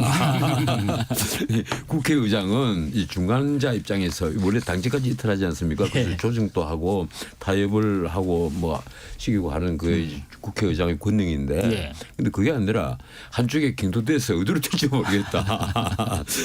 저분은 절대 중간에 설 분이 아니다. 뭐 이러니까 아마 이 국민의힘에서 엄청난 반발이 있을 겁니다. 성원용 기자님 의견 좀 있으실 것 예, 같은데요. 예, 있습니다. 이게요. 과거에도 전례가 많이 있어요. 꼭 예. 최다선이 하는 게 아닙니다. 아. 이게 후보 경선을 해요. 음. 그래서 이거는 당원들이 영향을 못 미칩니다. 이거는 의총에서 결정. 의원총회에서 예. 전적으로 민주당 의원들의 손에 달려 있어요. 네네. 그래서 지금 이제 유력 후보가 추미애 당선자뿐만 아니고 조정식 의원 이런 분들 있는데 과거에도 그 막 한 표 차이로 당락이 결정되고 이런 전례가 많이 있습니다. 그래서 민주당 의원들의 마음을 얻는 사람이 의장이 될 것이다. 저는 뭐 박지원 예. 의원도 가능성이 있다고 봐요. 본인이 도전 의사를 갖고 계신지 모르겠는데 일단 우선이면 자격은 되는 거고 네. 또 이번에 정치력이라면 당내 경선이 붙어도 뭔가 이 변화를 만들어낼 수 있는 그런 네. 가능성이 있는 분이어서 네. 근데 이제 추미애 그 국회의장은 명분은 참 좋아요. 여성 국회의장이 없었기 때문에 최초. 네. 다만 그 명분을 예. 이제 현실로 만들어낼 만큼의 정치력이나 의원들 예. 사이 신뢰나 이런 게 있을지 예. 워낙 당대표 할 때나 법무부 장관 할 때나 논란을 많이 자초했던 분이잖아요. 네네. 그것 때문에 아마 의원들의 마음이 잘 안 모일 수도 있다. 자, 이번 선거 결과에서 또 하나 재밌는 게요. 무소속 후보자는 한 명도 당선이 되지 않았습니다. 최경환, 장해찬, 도태우 후보 모두 낙선했고요. 이제는 뭐 거대 양당 소속이 아니면 무소속 후보는 어려운 건가요? 의견 있으신 분 계신가요? 이 최경환과 장해찬은 조금 예. 살펴볼 여지가 있습니다. 최경환은 사실은 이 블랙아웃 이전에 여론조사를 하면 예. 아주 단독 1위를 뭐 질주를 하고 있었단 말이에요. 그래서 야, 이 대구에서 무소속으로 최경환이 당선이 돼서 본인의 명예회복을 하려고 하는 것이다. 경산, 예. 국민의힘에서 공천 받은 사람 저 완전 물 먹었다 하는 그런 시각이 많았는데 뚜껑을 열고 다들 올랐어요. 네. 그리고 장해찬 같은 경우는 왜 사람들이 놀랐는가 하면 유권자들이 예. 스스로 후보를 단일화시켜줘 버렸다. 그 전에 이제 민주당이 여기서 표가 나누지니까 거의 그 뭐 민주당이 당연히 떨어질 정도로 지지를 받지 못하는 예. 장해찬과 단둘이 붙으면 그런 후보였는데 당당하게 1위를 하고 장해찬은 거꾸로 3위를 하고 네. 이랬단 말이에요. 그런데 뚜껑을 읽어보니까 이 출구조사에서 이미 예. 완전히 이 유권자들이 스스로 후보 단일화를 시켰구나. 해버렸구나. 예. 저는 최경환 예. 후보 같은 경우에는 진짜 1%도 안 되는 1% 정도밖에 안 되는 차이로 이 당락이 갈렸거든요. 그렇습니다. 그 박근혜 대통령의 영역이라고 봅니다. 아. 유영하 변호사가 거기 지원 유세를 갔어요. 예. 본인도 선거를 하고 있는 와중에 눈여겨 안 보셔서 사람들 잘 모르겠는데 저도 몰랐습니다. 그 후보 지원 유세를 갔습니다. 유세차를 타고 유세를 했는데 네. 그게 저는 이 보수층 특히 노년층 장년층들한테 박근혜 대통령의 메시지를 읽혔을 가능성이 있다. 아. 그러니까 최경환 의원으로서 굉장히 뼈아픈 장면이었을 거예요. 예. 성환영 기자님 아까 말씀하신 부분. 이게요 좀 크게 볼 필요가 있어요. 이게 이제 정치학자들하고 이제 이런 현상을 가지고 토론을 많이 해봤는데. 보였는데 네. 앞으로 갈수록 이게 무소속 당선자 보기가 어려워질 것이다. 어려워질 것이다. 이 얘기는 예. 유권자들이 후보를 보고 투표를 잘 안 한다는 겁니다. 정치 양극화가 심해지고요. 예. 어떤 과거에는 뭐 출신 지역, 종교 이런 게 강했지만 지금은 그 정당의 어떤 정체성, 내가 어느 정당을 지지하느냐 이거 자체가 어떤 유권자의 정체성으로 예. 자리를 잡게 되면서 점점 더 정당을 보고 투표하는 네. 이런 현상이 있다. 요 질문 짧게 박원석 의원님께 드려볼게요. 네. 녹색정의당은 영석입니다. 네. 심상정 원내대표는 사실상 정계 은퇴를 선언했고요. 새로운 길을 모색하겠다고 했는데 녹색정의당이 앞으로는 무슨 역할을 할 수 있을까 싶습니다. 저는 뭐 한동안 쉽지 않을 거라고 예. 보고요. 일단 녹색당하고 정의당하고 일종의 가치연합 선거연합정당을 했는데 그 네. 실험은 실패한 겁니다. 각자의 정당으로 돌아갈 텐데 녹색당은 워낙 정체성이 뚜렷한 정당입니다. 예. 그러나 이제 정의당 같은 경우에 기존의 노동 기반의 그런 진보 정당의 정체성을 갖고 있었는데 그 네. 노동 기반을 다 잃었어요. 그러니까 사실상 원내 기반 빼고는 정의당이 정치적 조직적 기반이 없습니다. 그러니까 진보 정당으로서 그런 어떤 정치적 기반을 어떻게 네. 복구할 거냐 네네. 이게 이제 관건이라고 보이는데요. 상당한 시간이 저는 걸릴 거라고 보고 예. 다만 여기서 제가 좀 저도 몸담았던 정당이기 때문에 그렇습니다. 어떤 제안을 드리자면 예. 그러니까 민주노총이나 혹은 과거의 그런 어떤 좌파적인 감수성이나 담론 기반의 진보 정당에 대해서 선거에서 유권자들이 선호하지 않습니다. 이제는 좀 더 현대화된 알겠습니다. 그리고 우리 사회 문제를 종합적으로 해결할 비전을 가진 그런 예. 진보 정당으로 재탄생해야 된다. 이 말씀 드리고 마무리해야 될 것 같습니다. 전원책 변호사께서 아까 언급하셨던 여론조사가 있었는데요. 그 수치 관련해서 한국갤럽 자체 조사로 전화조사원 인터뷰 방식으로 조사를 했고요. 3월 5일부터 7일, 12일부터 14일, 19일부터 21일 조사한 결과들이고요. 자세한 내용은 중앙선거여론조사심의위원회 홈페이지를 참조해 주시고요. 세 분과 여기까지 말씀 나눠야 될 것 같습니다. 지금까지 전원책 변호사, 성한용 한겨레 선임기자, 박원석 새로운미래 공동선대위원장이었습니다. 고맙습니다. 예, 고맙습니다. 6시에 2부 이어가겠습니다.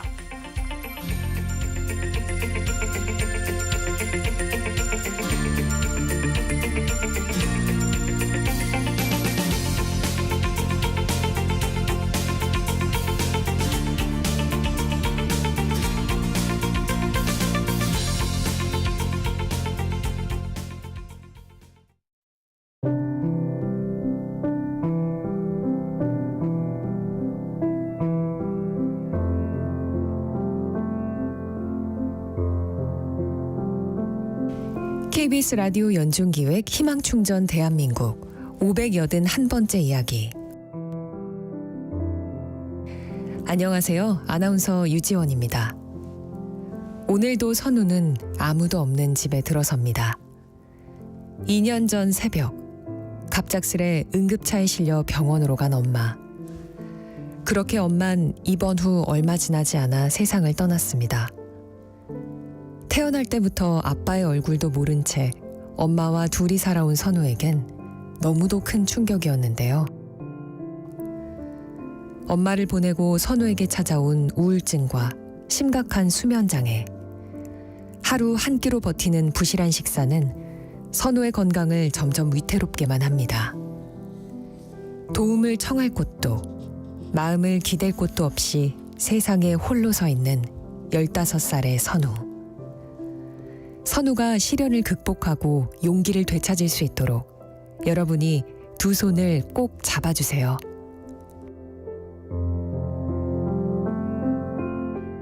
여러분의 따뜻한 손길이 희망의 빛이 됩니다.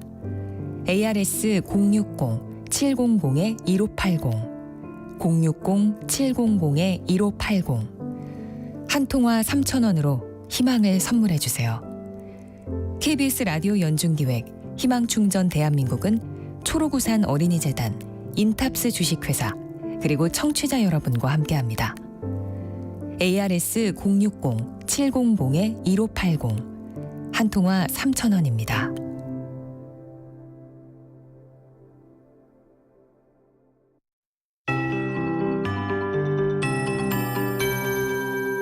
KBS 58분 날씨. 내일부터 일요일까지는 점점 더워집니다. 25도를 내일부터 서서히 넘기는 곳이 많겠고 특히 토요일 서울은 26도, 또 일요일은 28도까지 낮 기온이 치솟고 하늘도 대체로 점점 맑아지면서 더 덥게 느껴지겠습니다. 내일 아침 기온 서울 11도 등 전국이 6도에서 12도 분포고요. 내일 낮 기온 서울 24도, 오늘보다 내일 기온은 3도나 높겠습니다. 동두천, 이천, 춘천, 대전, 대구 내일 25도까지 오르고요. 영월과 구미는 26도로 예상이 됩니다. 전국적으로 오늘보다 2, 3도 높아 낮에 더워지는 곳이 있겠고 특히 주말 휴일은 전국적으로 더워지는데요. 서울이 토요일 26도, 대전, 대구 27, 일요일은 서울, 춘천 28도 등으로 초여름 더위가 곳곳에 찾아온 뒤 월요일부터 화요일 오전까지 전국에 비가 내리면서 더위가 주춤하겠습니다. 그 전까지 전국적으로 대기도 메말라 있겠습니다. 현재 건조특보 내려져 있는 일부 서울과 경기 동부, 강원 내륙과 충북은 특히나 더 마른 날씨여서 바람도 약간 강하게 불어 불씨 관리 잘 해주셔야 되겠고요. 내일 전국에 가끔 구름 많고 제주는 흐리고 내일 오후부터 모레 새벽 사이에 5mm 내외의 비가 가끔 오겠습니다. 미세먼지 농도는 내일까지 대부분 좋음에서 보통인데요. 인천과 경기 남부 등 일부 중서부는 내일 오전에 일시적으로 나쁘겠습니다. 지금 서울 기온 20도입니다. 최영우였습니다.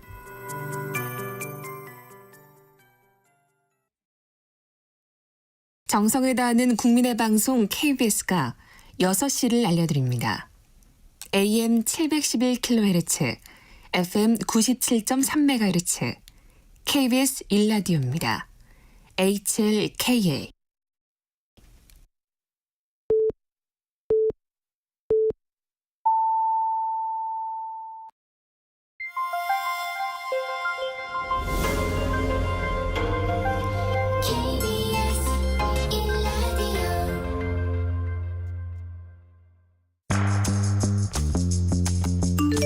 여러분은 지금 퇴근길 시사편지 한 장, KBS 1라디오 뉴스레터 K를 듣고 계십니다.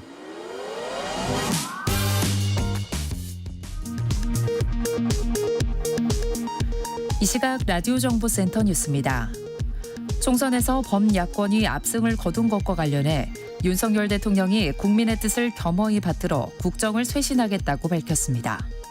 한덕수 국무총리와 이관섭 비서실장 등 대통령실 참모진은 사의를 표명했습니다. 한동훈 국민의힘 비상대책위원장이 총선 참패의 책임을 지고 비대위원장직에서 사퇴했습니다. 더불어민주당 이재명 대표는 이제 선거는 끝났다면서 여야 정치권 모두가 민생경제 위기 해소를 위해 온 힘을 모아야 한다고 밝혔습니다. 정부가 중증 응급 심장 수술을 하는 전문 병원에 대해 상급 종합병원 수준의 지원 방안을 마련하기로 했습니다. 의료계 합동 기자회견을 연기한 대한의사협회는 내일 총선 후 첫 의료계 입장을 발표할 예정입니다. 국가 채무가 지난해 60조 원 가까이 늘며 1,100조 원을 넘어섰습니다. GDP 대비 국가 채무 비율은 처음으로 50%를 넘었습니다. 약 20년 뒤면 국내 인구 100명 중 5명 이상이 외국인일 거란 통계청 전망이 나왔습니다. 한국으로 들어오는 외국인이 매년 5만 명을 넘을 거로 예상됐습니다. 지금까지 라디오 정보센터 뉴스 편유희였습니다.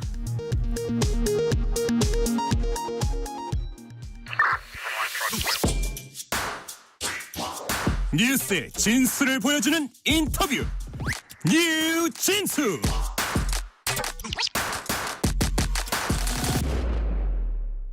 뉴스의 진수를 보여주는 인터뷰 뉴진수. 2부에서는요. 각 지역구 화제 당선자 만나볼까 합니다.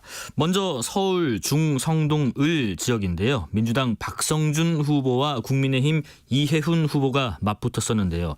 개표율 90%를 넘긴 상황에서도 초접전이 이어졌었습니다. 초박빙 승부 끝에 결과는 민주당 박성준 후보가 당선이 됐고요. 서울 중성동 을 민주당 박성준 당선인 소감 들어가 보겠습니다. 안녕하세요. 네, 안녕하세요. 박성준입니다. 축하드립니다. 예, 감사합니다. 저도 그 밤 꼴딱 새면서 새벽에 개표 방송 진행했는데요. 예, 예. 이 지역이 지금 새벽 3시 넘어서까지 뭐 확정이 안 돼서 방송 꽤 길어졌어요. 네, 맞습니다. 가슴 많이 졸이셨죠? 한 새벽 3시경에는 제가 이제 5,000표 정도 앞서다가 예. 한 111표까지 이제 접졌었다고 해가지고 네. 저도 뭐 엄청 긴장했었습니다. 나중에는 한 2,700표 정도 차이로 예, 맞습니다. 당선이 되셨고요. 우선 예. 새벽 3시경에 한 111표 있다가 네. 한 4시경에 이제 한 2,700표 정도 해서 그죠. 결론이 났는데 저도 가슴 많이 졸였습니다. 자, 우선 청취자 여러분들께요. 당선 소감 먼저 말씀 좀 부탁드릴게요. 예, 존경하는 중구 성동구민 여러분께 저를 다시 선택을 해주셨고요. 제가 중구 성동구리 지난 1996년부터 네. 재선에 성공했던 의원이 없었습니다. 근데 제가 한 거의 30년 만에 재선에 성공했기 때문에 네. 더욱더 값진 승리라고 볼 수가 있겠고요. 그리고 우리 중구 성동구 주민 여러분께서 일 잘해라. 예. 더 열심히 해서 좋은 일 많이 해라. 특히 지역과 대한민국 발전에서 일하라는 명령을 내렸기 때문에 거기에 충실히 일을 하고요. 제가 제시했던 공약들 하나하나 실천해 보이겠습니다. 네. 서울 중성동을 지역이요. 한강벨트라고 불리는 12개 지역구 중에 하나로 그간의 여론조사에서는 뭐 오차 범인의 접전 이어가던 지역구였는데 이번 결과 의미 어떻게 받아들이고 계세요? 원래 이제 한강벨트 자체가 상당히 이제 어려운 지역이 됐어요. 그렇죠. 왜 그러냐면 우리 이제 서울이 특히 30, 40대가 경기도로 좀 많이 나갔고요.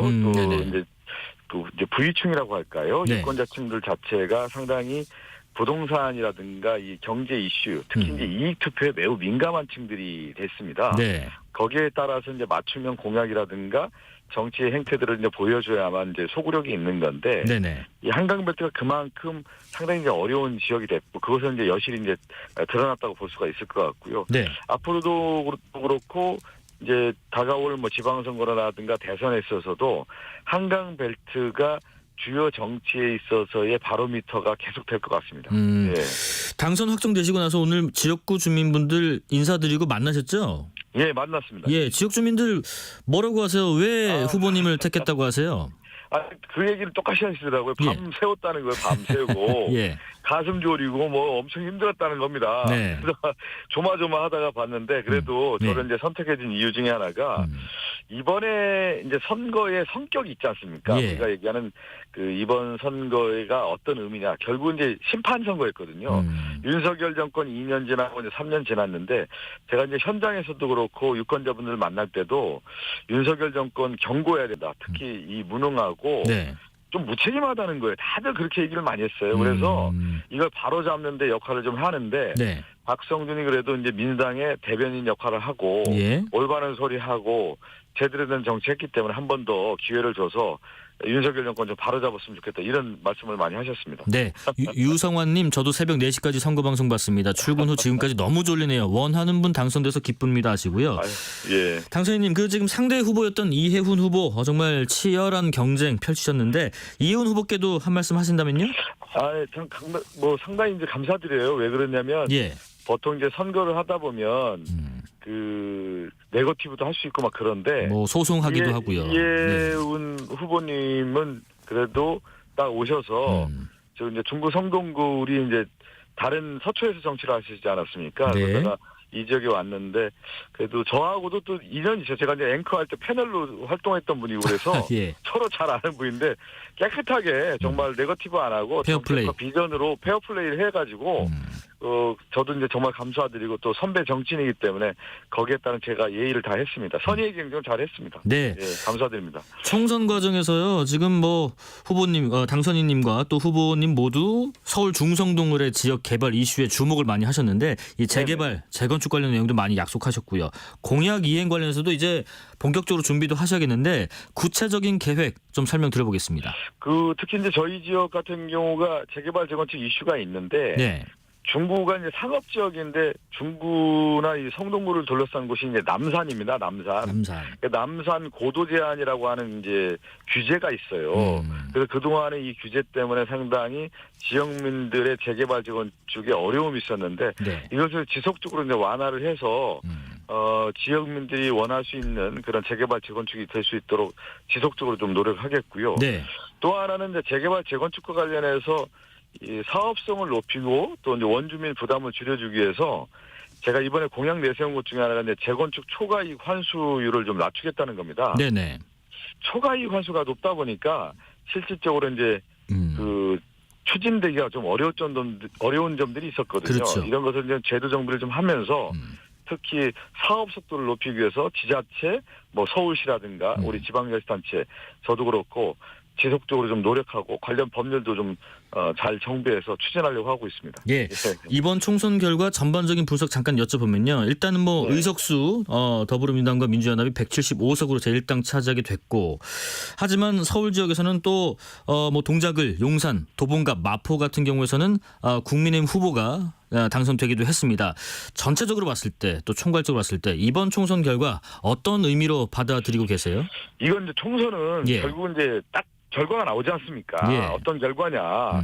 첫 그 결과를 봤을 때 모든 사람들이 생각하는 게 있잖아요. 네. 이거는 윤석열 정권 심판했구나.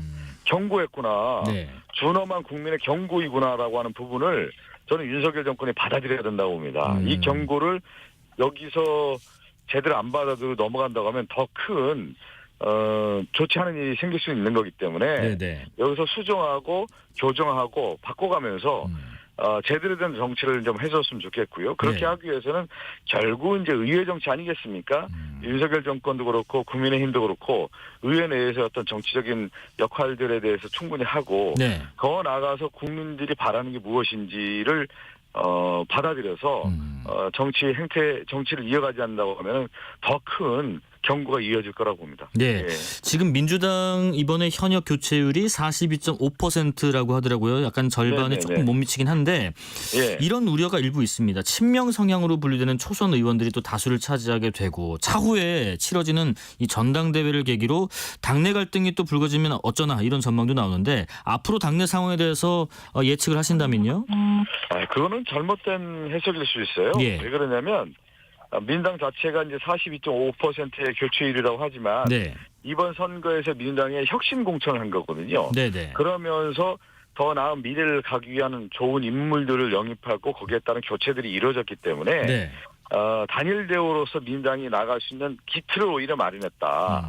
그리고 선거라고 하는 것은요. 선거를 승리한 정당은 갈등이 없는 반면에 선거를 패배한 정당은 내부 분란이 더 일어나는 거거든요. 네. 앞으로 보면은 국민의힘은 더 분란이 일어날 겁니다. 그리고 민주당은 이번 선거 끝나고 또 원 구성하고요. 네. 당대회 하면서 아마 체계적으로 윤석열 정권과 관련된 부분에 대해서 단일 대우를 형성해서 정치를 할 것 같고요. 네. 그 중에 하나가 이제 우리가 얘기하는 윤석열 정권이 있었던 잘못된 부분은 이제 특검에 대한 얘기들이 계속 나오고 있지 않습니까? 네. 그 특검 특히 그 최상병 사건이라든가 지금 김건희 여사 관련된 부분이라든가 이런 것들을 네. 국민들이 지금 요구해 왔거든요. 그 시대의 명령이라고 했고 또 윤석열 정권을 경고했기 때문에 이걸 잘 수행할 수 있는 지도체제가 바로 형성될 거라고 봅니다. 네, 마지막 질문 드리겠습니다. 서울 예, 중성동을 지역구 국회의원 당선인으로서 앞으로 계획 그리고 국민들께 한 말씀 부탁드립니다. 저희는 이제 제 지역구 중구 성동구 주민 여러분 정말 진심으로 감사드리고요. 제가 이번에 이제 한 분 한 분 만나면서 제가 정말 열심히 해야 되겠구나. 그리고 그것을 기틀로 해서 우리 지역과 대한민국 발전을 위해서 최선을 다해서 노력하겠다라는 마음을 다시 한번 다지고 다졌습니다. 재선을 만들어주신 만큼 더 크고 강하고 또 빠르게 일을 해나가는 그런 능력을 좀 펼치도록 하겠고요. 예. 한번 제가 약속드린 그 공약들 반드시 지키면서 성실하게, 진실하게, 절실하게 일하겠습니다. 감사합니다. 네, 여기까지 말씀 듣겠습니다. 다시 한번 축하드리고요. 제22대 국회의원 선거 서울 중성동을 당선인 민주당 박성준 의원이었습니다. 고맙습니다. 네, 감사합니다. 자, 이어서 경기 지역으로도 가보겠습니다. 경기에서도요. 포천, 가평 이 지역구에서는 첫 1990년대생 지역구 후보가 당선됐습니다. 특히 이 출구조사 예측을 뒤집고 당선이 됐는데요. 저희 뉴스레터 K 원년 고정 멤버였던 국민의힘 김용태 당선인 전화가 아니고요. 스튜디오에 직접 나와 있습니다. 어서 오십시오. 네, 안녕하세요. 김용태입니다. 축하드립니다. 감사합니다. 예. 제가 목이 많이 쉬어가지고 예. 청취자 여러분들께서 좀 들으시는데 네. 불편하실 것 같아서 일단 양해의 말씀 좀 드려야 될 것 같습니다. 아직까지는 뭐 전혀 불편하지 않습니다. 잠은 좀 주무셨어요? 선거 운동 기간 한 예. 2달 동안 일주일에 하루에 한 3시간 4시간 잔 것 같습니다. 네, 어제는 1시간 결과 1시간. 잤습니다. 예. 언제쯤까지 이제 지켜보면서 이거 내가 어떻게 될까 싶었어요. 이제 좀 마음이 놓이는 시간이 몇 시쯤 놓였었어요? 사실 어제 출구조사에서 저희가 지는 걸로 나왔습니다. 그래서 좀 당황스러웠고요. 그런데 여태까지 그 후보 확정된 뒤에 공표된 여론조사에서는 저희가 오차 범위 내에서 대부분의 여론조사에서 이기는 걸로 나왔기 때문에 좀 다른 출구 조사가 있어서 좀 당황스러웠고요. 그런데 개표 상황을 보니까 이제 1%에서 10%, 20% 개표 상황이 늘어날 동안 저희가 진 적이 없더라고요. 그러니까 상대 후보님에 비해서 저희가 한 4에서 5%포인트를 리드하면서 이게 출구조사가 좀 다를 수도 있겠구나 이런 생각을 좀 했고요. 그러면서 좀 마음 졸이면서 지켜봤던 것 같습니다. 자, 그러면은 청취자분께 당선 소감도 한번 말씀 부탁드리겠습니다. 예, 저희 포천 가평 지역은 상대적으로 이제 평균 연령이 좀 높고 도농복합 지역입니다. 그럼에도 불구하고 국민의힘에서 가장 젊은 후보인 저를 경선 과정에서부터 선택해 주시고 본선거에서도 선택해 주신 배경에는 주민 여러분들께서 대한민국 정치 한번 바꿔보자.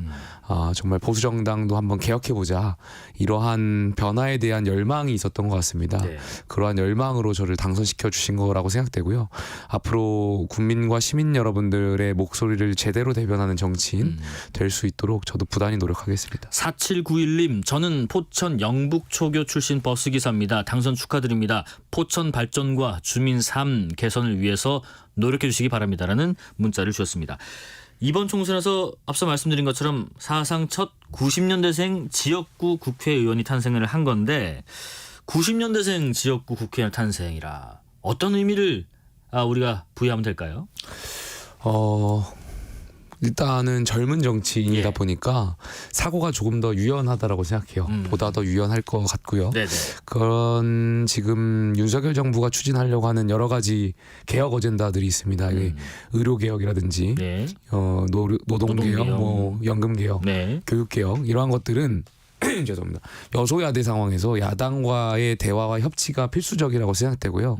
그렇다면 또 젊은 정치인의 이러한 유연한 사고를 좀 바탕으로 야당과의 좀 대화도 하고 또 협치도 이끌어내서 저희 윤석열 정부가 하려고 하는 개혁 어젠다들을 좀 강하게 추진할 수 있도록 윤활유 역할을 좀 할 수 있도록 하겠습니다. 예, 당선이 확정된 이후에 뭐 새벽부터 아침까지 지역구 주민분들 만나셨을 텐데 또 인사도 드렸을 거고요. 지역구 주민분들은 무슨 말씀하세요? 왜 김용태 후보님을 찍었다라고 이야기하시던가요? 조금 전에 말씀드렸던 것처럼 한번 바꿔보자. 그리고 그 포천 가평이 변화의 시작이 한번 돼보고 싶다 이런 말씀도 해주셨고요. 또 제가 또 청년 최고위원을 하면서 중앙당 경험도 있고 또 이렇게 방송 활동을 해오면서 나름대로 제가 국회의원이 된다면 국회나 정치 일반적으로 포천 가평이 좀 주목을 받을 수 있지 않나. 그렇게 되면은 상대적으로 그동안 포천 가평이 많은 규제가 있었고 발전이 좀 부족했던 부분들이 있는데 이러한 중앙 정치의 경험을 좀 살려서 포천 가평을 제대로 발전시킬 수 있지 않을까에 대한 그런 고민들까지도 하셨더라고요. 그래서 지금 저희가 갖고 있는 여러 가지 현안들이 있지만 가장 중요한 것은 경기 북부 특별자치도라고 생각해요. 이 경기 포천 가평이 수도권 정비법이 여러 가지 묶여 있고 이런 것을 좀 규제를 완화해 가는데 경기 북부 특별자치도가 굉장히 중요한 상황이라고 생각되고요. 이러한 것들을 좀 장기적으로 잘 풀어나가 달라 이런 말씀들을 많이 해주셨습니다. 예, 지금 뭐 선거 과정에서 막판에 상대 후보와 잠깐 설전도 있었지만은 또 민주당 박윤국 후보에게도 한 말씀 하신다면요? 저는 죄송합니다. 저는 국민의힘의 국회의원이 아닙니다. 포천시 가평군 지역구의 국회의원입니다. 국민의힘의 지지자분들도 당연히 대표해야 되고요. 민주당 지지자, 포천시 가평군의 민주당을 지지하셨던 분들도 대변해야 되는 의무가 있습니다. 분명히 그 박윤국 후보님께 대해서는 위로의 말씀 좀 드리고 싶고요. 저를 지지하지 않았던 민주당 지지자분들의 지지도 이끌어낼 수 있도록 그분들의 말씀도 귀담아 듣고 또 박윤국 후보님 같은 경우에 지역에서 3선 시장을 하셨고 지역에서 오랜 정치를 해오셨던 분이기 때문에 누구보다도 지역 현안을 잘 아실 거라고 생각해요.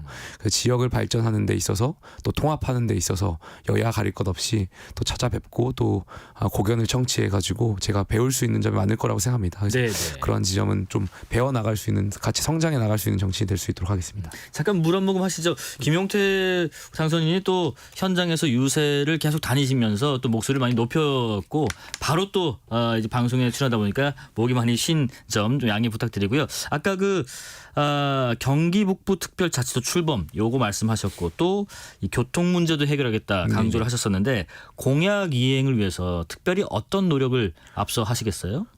포천 가평 같은 경우에는 이제 예. 국책 사업들이 많이 필요합니다. 예를 들어서 가평 같은 경우는 이제 상수원 보호구역이 묶여 있다 보니까 사실 개발 행위들이 많이 제한됩니다. 네. 그러다 보면은 이제 관광 산업이 주 산업이 될 수밖에 없는데요. 관광 산업이 잘 되려면 교통이 좀 핵심입니다. 교통 인프라. 예를 들어서 좀 구체적으로 말씀드리면 네. 뭐 75번 국도 확장 문제라든지 상동 터널 개통, 호명산 터널 개통 등 이러한 국책 사업들 잘 추진하고 예산을 확보해서 잘 추진해 나갈 수 있는 그런 정치인이 좀 필요했던 것 같고요. 예. 그런 것을 좀 여당의 역할로서 잘 중앙 정부와 조율해 나갈 수 있는 정치인이 좀 필요할 것 같습니다. 혹시 뭐 선택할 수 있다면 향후에 국회 상임위는 어디가 되면 좋겠어요? 제 개인적으로 예. 이제 전공이나 오랫동안 활동해 왔던 부분이 이제 에너지 파트다 보니까 산자위나 환노위에 가서 좀 한국의 에너지 정책에 대해서도 좀 이야기하고 싶고 예. 좀 재생에너지에 대해서도 여러 가지 이야기를 좀 드리고 싶은데 사실 지역적인 측면에서 보자면 조금 전에 말씀드렸던 것처럼 국토위가 좀 지역 발전이 좀 더 보탬이 될 수 있을 거라고 생각되고요. 특히 포천 가평 같은 경우는 군사 시설이 많죠. 접경 지역으로 분리되다 보니까 그동안 군과 관련해서 주민들이 많은 피해와 또 보상이 또 이루어져야 되거든요. 네네. 또 포천 같은 경우는 육군단 유휴부지가 있기 때문에 앞으로 기부대 양의 사업도 좀 준비되어 있고요. 이런 것을 또 잘 풀어가려면 또 국방위가 또 필요할 것 같고요. 아하. 그래서 여러 가지 또 주민 남은 이제 국회가 개원하는 데까지 한 달 이상의 시간이 남아 있기 때문에 네네. 남은 기간 주민들하고 잘 소통해서 주민들이 원하시는 그 상임위에 들어가서 지역 발전 더불어서 이제 국가 발전까지 이끌 수 있도록 그런 상임위에 지원할 수 있도록 하겠습니다. 예. 김용태 후보님은 당선이 되셨지만은 이번 총선의 결과는 또 무겁게 받아들이는 부분도 분명히 네. 있을 것 같습니다. 지금 더불어민주당과 민주연합이 175석 그리고 국민의힘과 국민의 미래가 108석. 이 결과 어떤 마음으로 받아들이고 계세요? 저희가 예상했던 것보다는 좀 낮은 수치여서 좀 당황스러운데요. 저는 총선 전에도 아마 저희 뉴스레터 K에서도 이런 말씀 드렸던 것 같습니다. 네. 이번 선거는 대통령의 얼굴로 치르는 선거다. 그러니까 집권 2년 차에 치르는 총선이고 당연히 대통령과 또 여당에 대한 중간 평가적 선거의 요소가 강하기 때문에 네네. 그런 대통령의 얼굴로 치르는 선거다라는 말씀을 드린 바가 있고요. 아무래도 국민들께서 여기에 대해서 좀 여당과 대통령실이 변화에 좀 어떤 그런 여지를 좀 국민들께서 희망하셨던 거 아닌가에 대한 생각이 있고요. 네네. 당연히 집권 여당이라면 또 대통령이라면 또 이런 국민들의 요구에 잘 부합하는 것이 저희가 책임 정치에 또 부합하는 것이니까요. 남은 기간, 남은 임기 동안 또 국민의 상식에 잘 부합할 수 있도록 저희가 또 잘 역할하고 반성하고 성찰한 정치에 나가겠습니다. 덧붙여가지고 예. 저는 이렇게 예상보다 낮은 수치지만 긍정적인 측면도 있었다고 생각해요. 예를 어떤 들면 면인가요? 저도 그렇고요. 도봉의 김재섭 저희 당선인도 그렇고요. 물론 이제 당은 다르지만 이준석 대표라든지 천하람 당선인이라든지 예. 과거에 이제 보수 진영에서 함께 하셨던 분들이잖아요. 어쨌든 저희가 국민의힘이 과거부터 이제 젊은 정치인을 같이 키우고 원내에 진입시키려고 여러 가지 노력을 해왔는데 네. 이번에 나름대로 이제 22대 국회에서 젊은 정치인들, 그러니까 앞으로 이제 대선이든 지방선거든 저희 당내에서 소장파 역할도 하고 네. 또 국민의 상식을 잘 전달할 수 있는 젊은 정치인들이 배출된 것 같아서 그러한 측면에서는 민주당보다는 좀 낫지 않나. 그래서 국민의힘의 미래가 더 기대되지 않나. 그래서 마냥 저희가 좀 좋지 않은 상황이다라고만 볼 것 같지는 않고요. 네네. 저희가 좀 이렇게 국민들의 그런 어떤 희망이나 미래에 더 부응할 수 있는 정당이 아닌가 이런 생각도 해봅니다. 조금 전에 이준석 대표 언급을 하셔서 예. 과거에 그 천아용인으로 활동을 많이 하셨었는데 이번에 당선 확정되시고 나서 혹시 이준석 대표 혹은 천하람 당선인과 뭐 소통을 하셨는지도 궁금하고 또 이준석 대표의 화성을 당선은 또 어떻게 평가하신지도 궁금하네요. 저는 그 이준석 대표 화성에서 당선된 거 보고 좀 놀랐어요. 네. 약간 긍정적으로 놀랐고요. 왜냐하면 제3정당이 지역구에서 당선되는 것이 굉장히 어려운데 예. 그럼에도 불구하고 당선이 됐다는 점에서는 저는 그 의미에 대해서 굉장히 높게 보고 있고요. 예.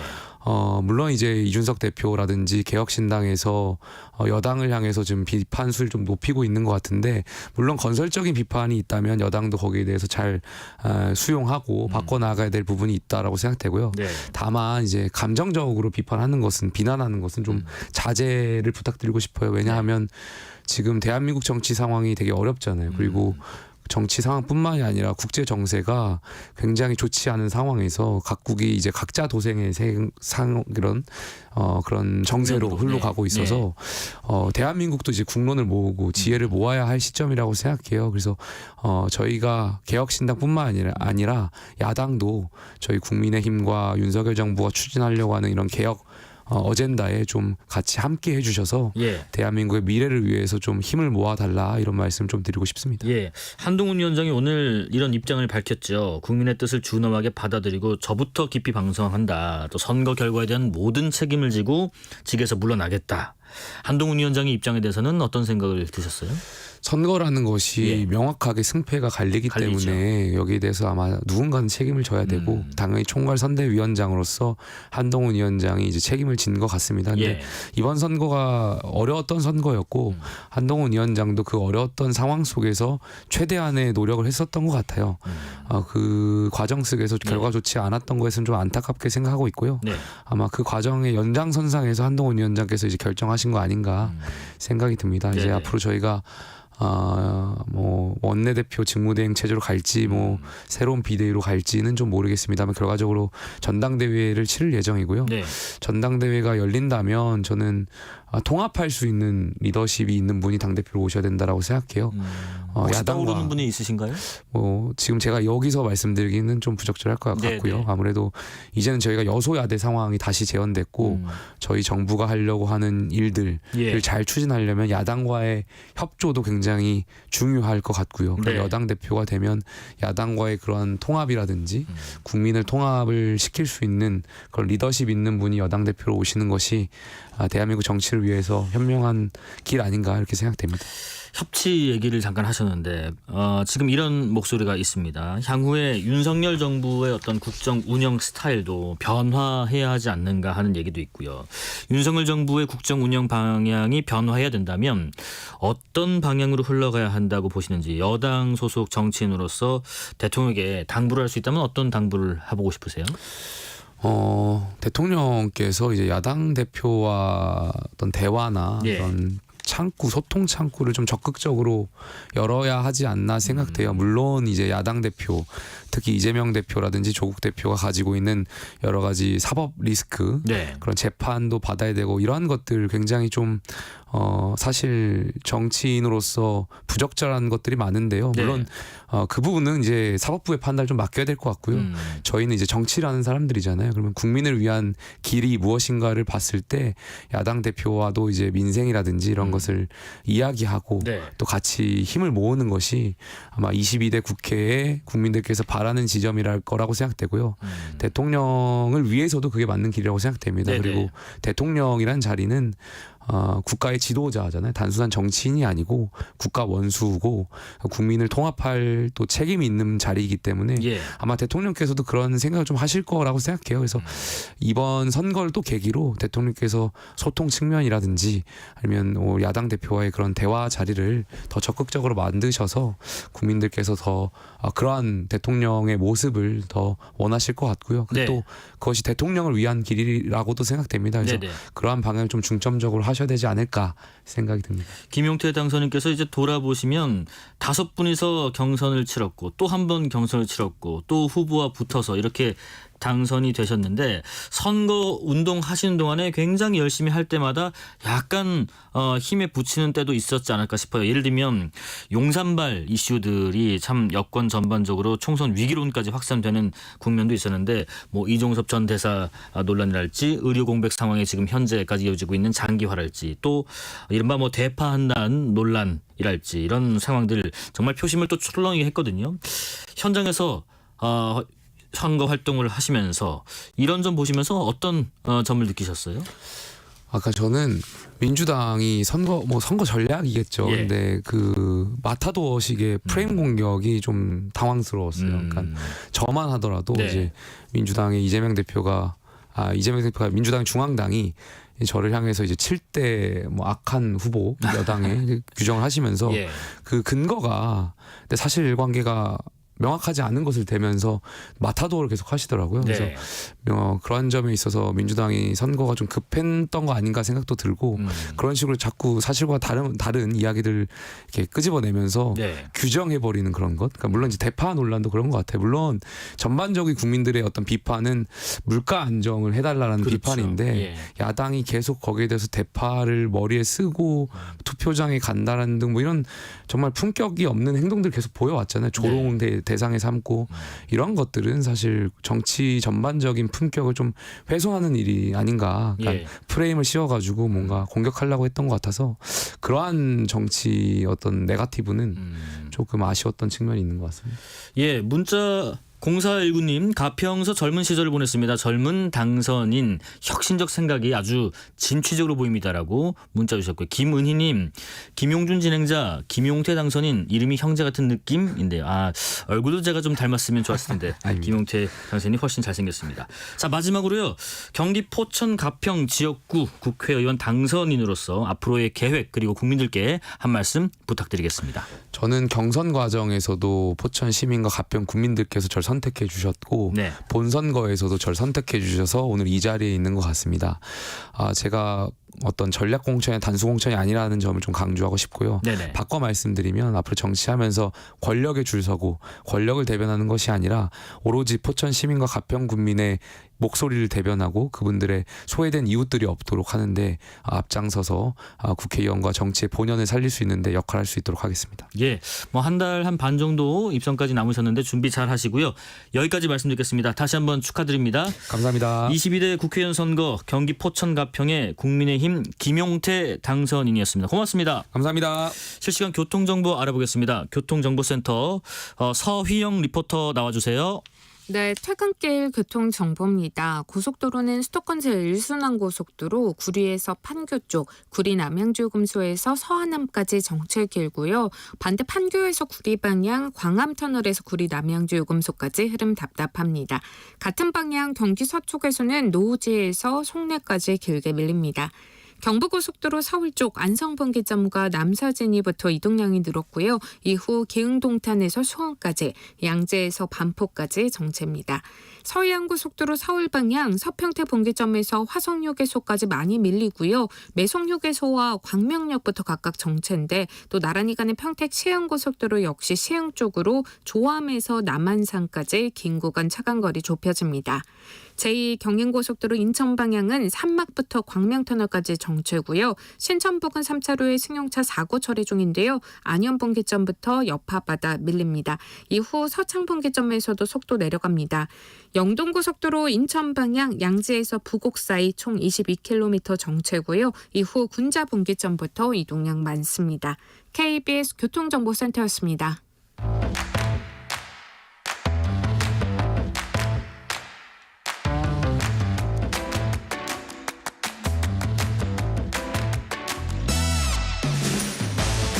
파고 또 파고 골라서 엄선한 뉴스만 전해드립니다. 파파뉴 코너. 오늘은 김수민 시사평론가 모셨습니다. 안녕하십니까? 네, 반갑습니다. 반갑습니다.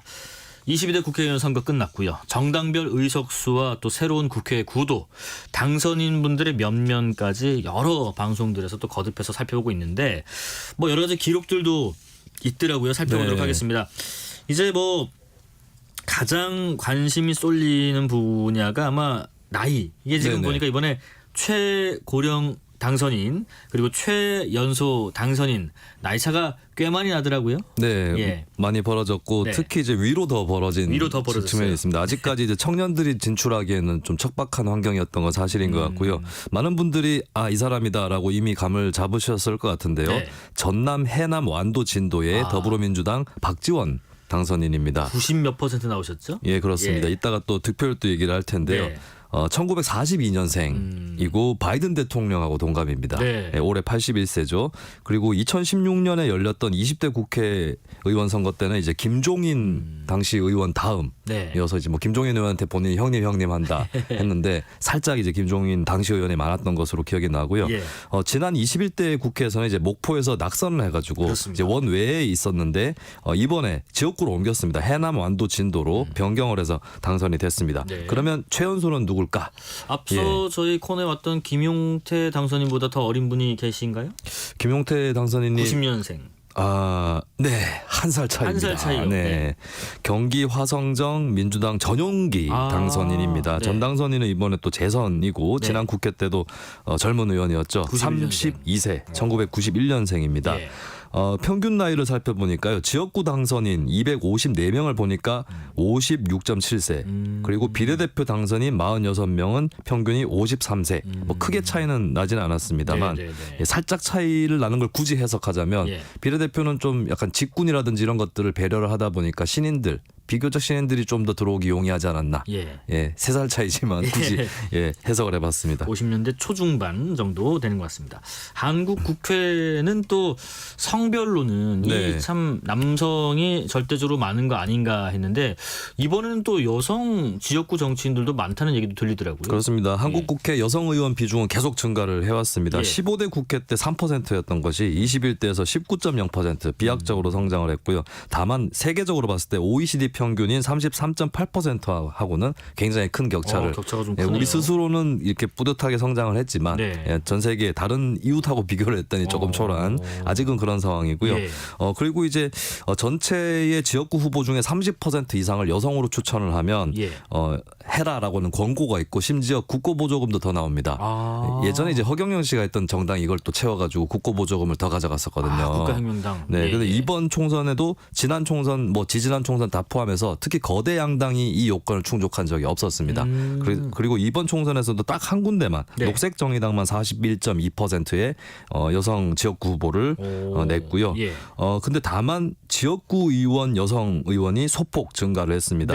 여성 지역구 당선인만 36명이고요. 36. 네, 이번에 그렇습니다. 총선으로 역대 최다인 14%. 지난 21대 국회 29명이었는데 7명이 더 늘어난 것입니다. 근데 다만 비례의원까지 합쳤더니 56명으로 지난 국회보다는 한 명이 적었다라고 하는 건데, 근데 이것도 나름 고무적인 것이 주로 비례대표제가 이제 교호순번제라고 해서 홀수 짝수에서 이제 여성들을 배치를 하는데 이것도 좀 허점이 있는 게 이것도 강제 사항은 아니에요.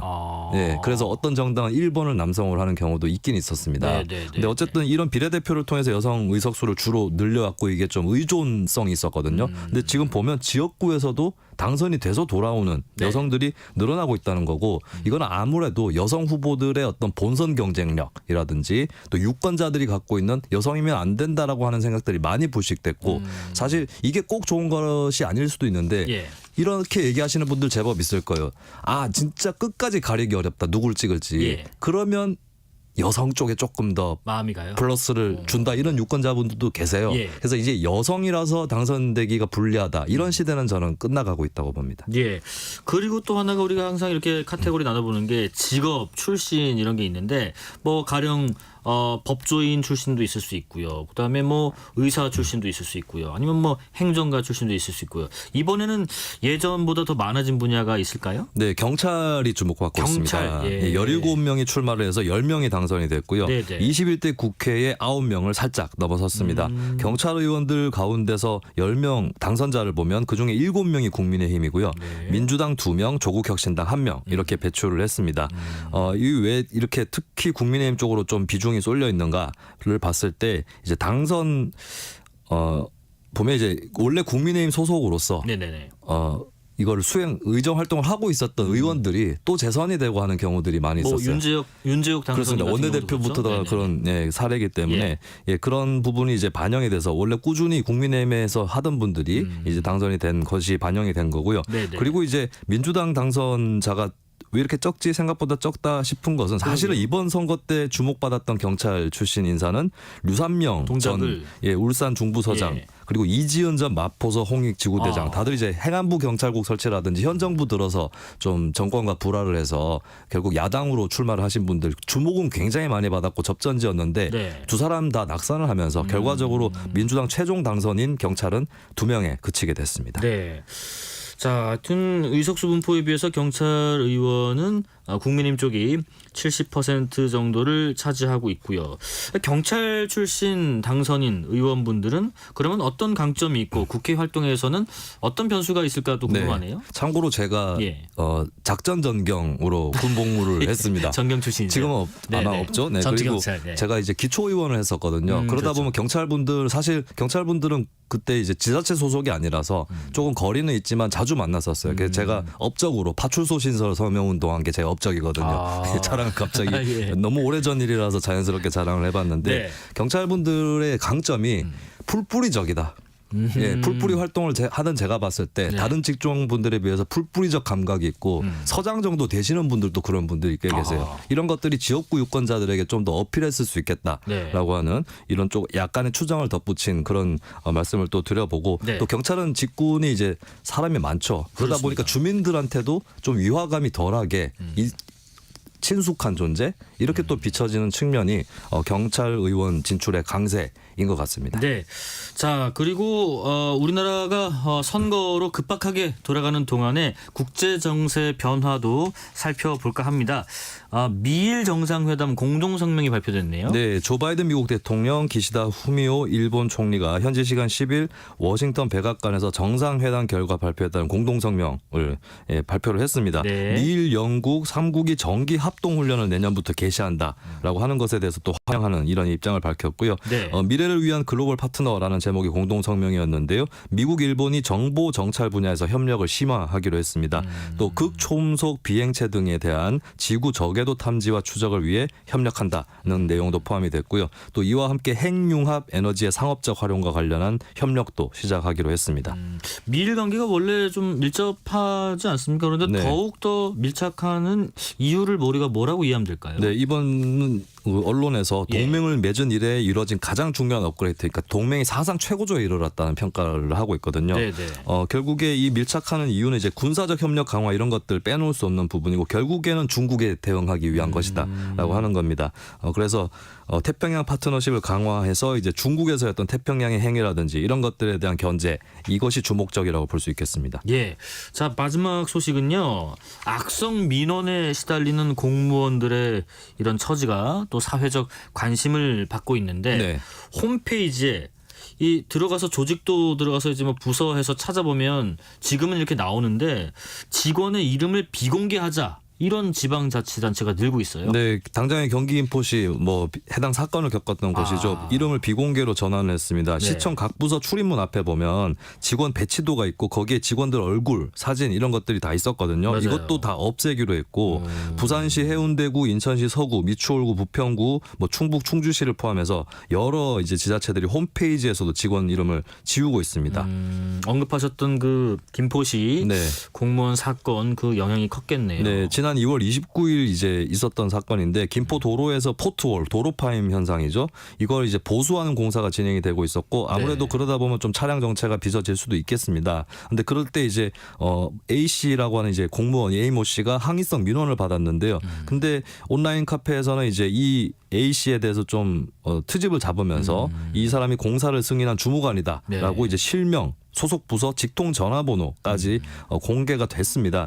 사실 예전까지만 해도 지자체의 어떤 홈페이지에 이름하고 이 정도까지 공개하는 건 너무 기본적이라고들 다들 생각을 하셨거든요. 근데 여기에 대한 좀 발상의 전환들이 이루어지고 있고 김포시 관계자는 다시는 이런 일이 없도록 이름을 공개하지 않기로 했다라고 좀 단호하게 밝혔습니다. 근데 그동안에 이게 공개를 했던 이유도 있을 것 같긴 해요. 그렇습니다. 이거는 공직의 책임성 같은 부분이죠. 이 사람이 맡아서 일을 하고 있다. 나중에 또 혹시 책임져야 될 일이 있다면 이 사람을 지목해야 된다라고 하는 이런 투명성의 문제라든지 이런 것들을 위해서 그동안 해왔던 거기 때문에 논쟁적인 사안은 충분히 될 수도 있다. 이런 우려도 한편으로는 있는데요. 네. 근데 여러 전문가들은 신상 정보를 축소하는 추세 자체는 바람직하다라고 의견을 모으고 있어요. 이게 약간 시대의 흐름인데 예전에는 알 권리라든지 이런 의미에서의 투명 사회를 좀 긍정적으로 지향하는 가치였는데 근데 투명이라는 것이 달리 생각해 보면 프라이버시의 노출, 이 인권의 침해로 또 이어질 수도 있는 부분이거든요. 그런 것들은 이제 또 기본권이기 때문에 보호해야 된다는 것이고 그럼 대안이 무엇이냐라고 했을 때 신상 정보가 처음에 축소가 되면 민원인 입장에서 이 사람 이름도 모르겠고 이런 것들이 좀 민감할 수 있겠습니다. 근데 전문가들이 하는 얘기는 이렇게 정보를 노출하는 것보다는 소통을 잘하는 게 중요하다. 어떤 얘기를 나누고 공감을 하고 또 믿음을 주는 이런 방법에서 전반적으로 개선을 해야지 그냥 정보만 노출하고 신상만 노출한다고 이루어질 일은 아니다. 그래서 조금 더 근본적으로 접근해보자 이런 취지의 주장을 전문가들이 하고 있습니다. 예, 여기까지 말씀 듣겠습니다. 지금까지 김수민 시사평론가였습니다. 고맙습니다. 네, 감사합니다.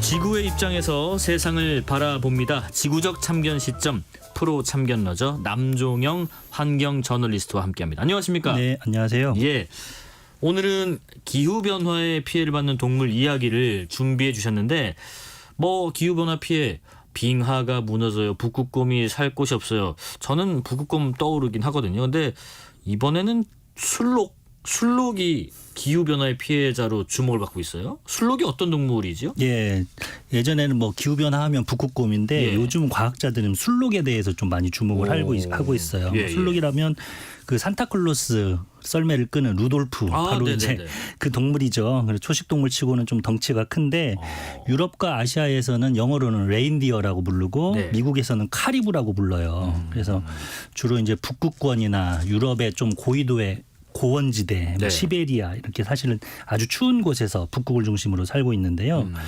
이 지역에 따라 아종이 좀 많이 있는데 기본적으로는 란지퍼 타란두스라는 학명의 딱 한 개의 종입니다. 예, 이게 좀 뿔 달려 있는 그거잖아요. 큰 사슴이죠. 약간 사슴하고 좀 뭐가 다른가 같은 종인가 싶기도 하고요. 그렇게 어떻게 구분하면 되냐면은 사슴은 수컷에만 뿔이 있거든요. 보통 그런데 술록은 둘 다 있어요. 암컷, 수컷 뿔이 다 있고 이 술록은 사슴과 동물 중에서 유일하게 인간에게 길든 종입니다. 가축이 된 종이죠. 근데 소나 돼지처럼 완전히 가축이 된 건 아니고 어느 정도 자율성에 있는 반가축화된 종이다. 그렇게 얘기를 하죠. 반자율 주행은 들어봤는데 반가축화는 뭔가요?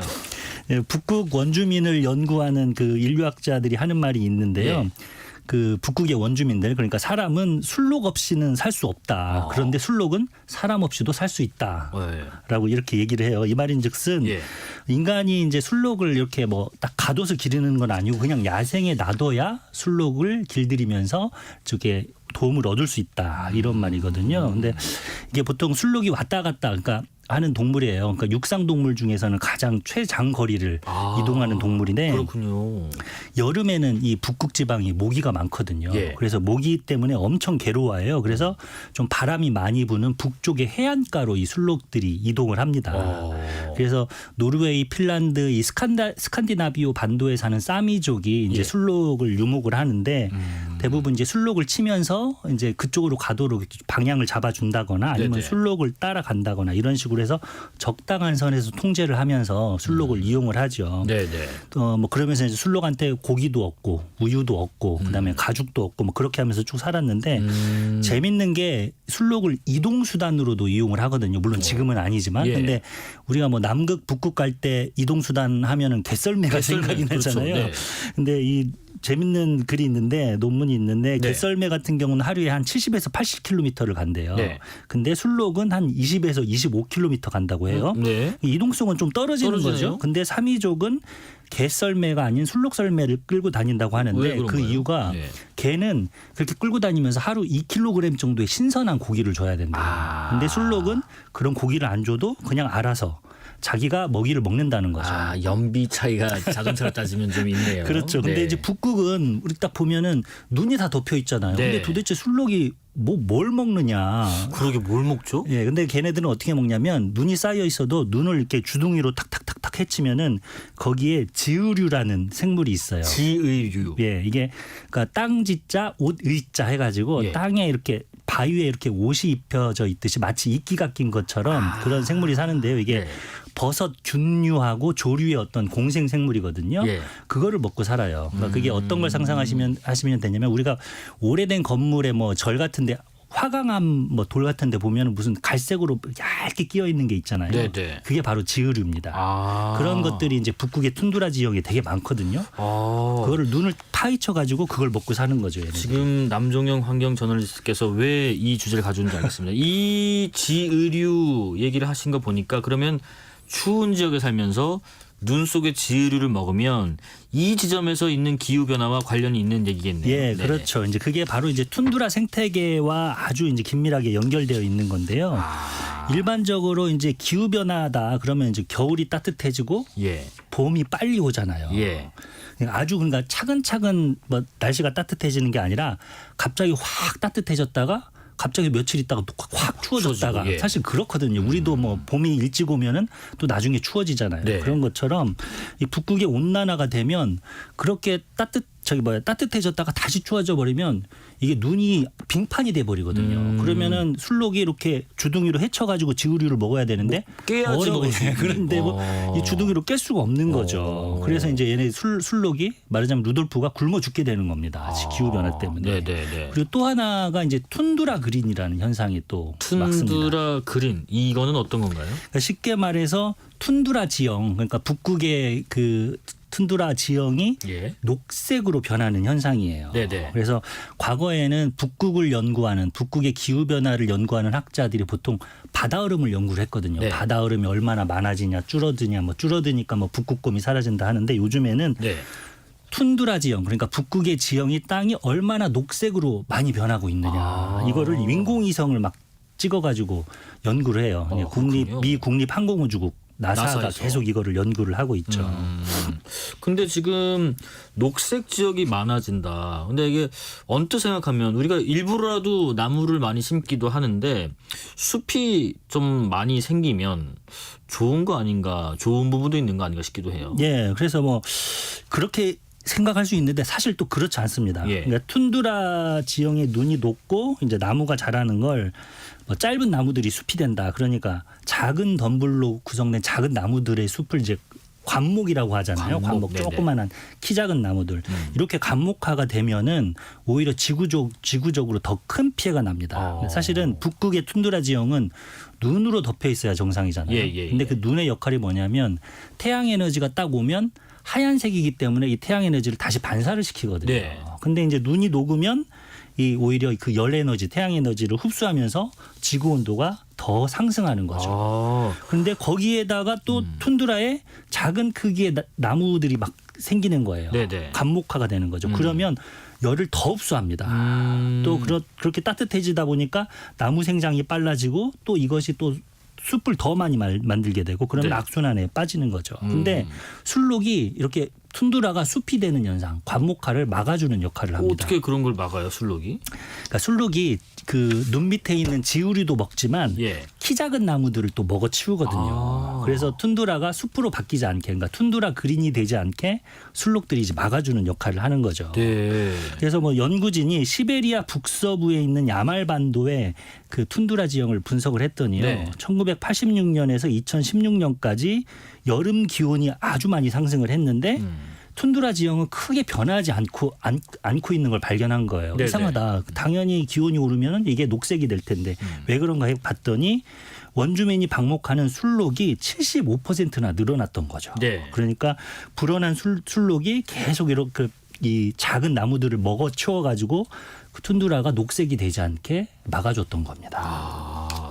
그러니까 지의류 또 뭐 이런 것들이 번성할 수 있고 숲이 되는 걸 막았다는 말씀이신 것 같은데 결론적으로는 이 있는 그대로 두는 게 제일 좋다. 북극의 툰드라는 툰드라 그대로여야 한다는 말씀인 것 같은데 근데 또 최근에 북극의 뭐 술록을 치는 아까 말씀하신 삼위족하고 뭐 대립이 있는 논란이 있는 일이 있어요? 예, 물론 이제 그 기후 변화 시대에는 그 뭐 풍력 발전소를 많이 지어야죠. 온실가스를 줄여야 되니까. 그런데 주로 이제 스칸디나비아 반도 이 지역에서는 사람이 없고 바람이 센 곳이 바로 북극권이거든요. 그래서 이 높은 그 북극권이나 고원지대에 풍력 발전소를 많이 지어요. 그럴 수밖에 없겠네요. 예, 그래서 대표적인 곳이 노르웨이 중부의 고원지대 포센 반도라는 곳이 있는데 여기에 발전단지 6곳에 풍력 발전기만 151개가 있는 대규모 사업이 지금 추진 중입니다. 그런데 거기가 이제 술록이 사는 곳이거든요. 네. 술록이 이동하는 곳이고 그래서 이게 삼위족들이 술록을 계속 치기 때문에 아 이거는 우리 경제에 영향을 미친다 하면서 계속 항의를 했고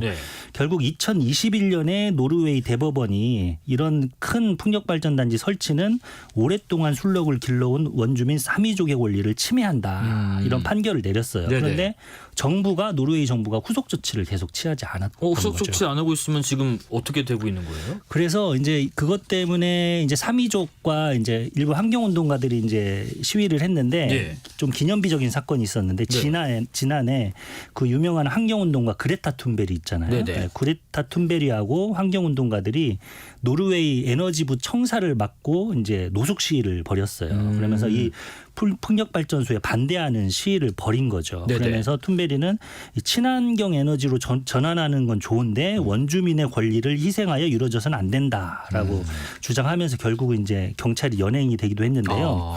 여기서 좀 특이할 만한 지점이 그레타 툰베리의 변화입니다. 옛날에는 툰베리는 일종의 이제 강경한 완고한 환경주의자였거든요. 그래서 무조건 재생에너지 풍력발전소를 지어라 이 얘기만 했어요. 그런데 이때를 보니까 경우에 따라서는 풍력발전소를 지어서는 안 된다라고 얘기를 하기 시작한 거죠. 왜 그런 거예요?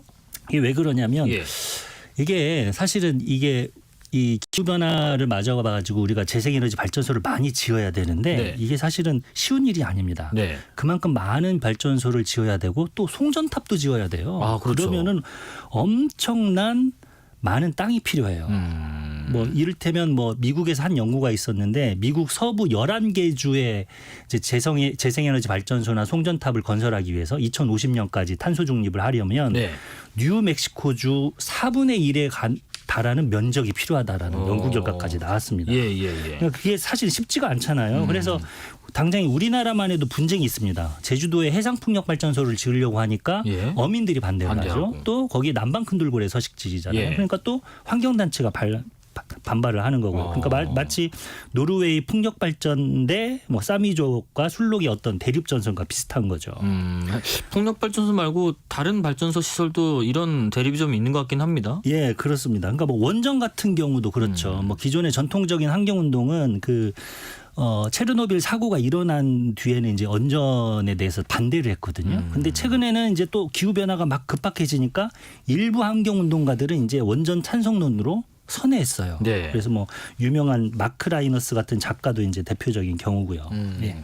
기후 위기를 다루는 세계관이 뭐 각자 좀 다른 것 같습니다. 급하니까 뭐든 해야 된다라는 입장도 있고요. 또 안 되는 건 안 되는 거다라는 원칙을 고수하는 입장도 있고요. 하여튼 기술이 모든 것을 해결할 수 있다라는 시각도 있지만은 그 반대로 보는 시각도 있는 것 같습니다. 자, 오늘 말씀은 여기까지 듣겠습니다. 지금까지 남종영 환경 저널리스트였습니다. 고맙습니다. 네, 감사합니다. 오늘 뉴스레터 K는 여기까지입니다.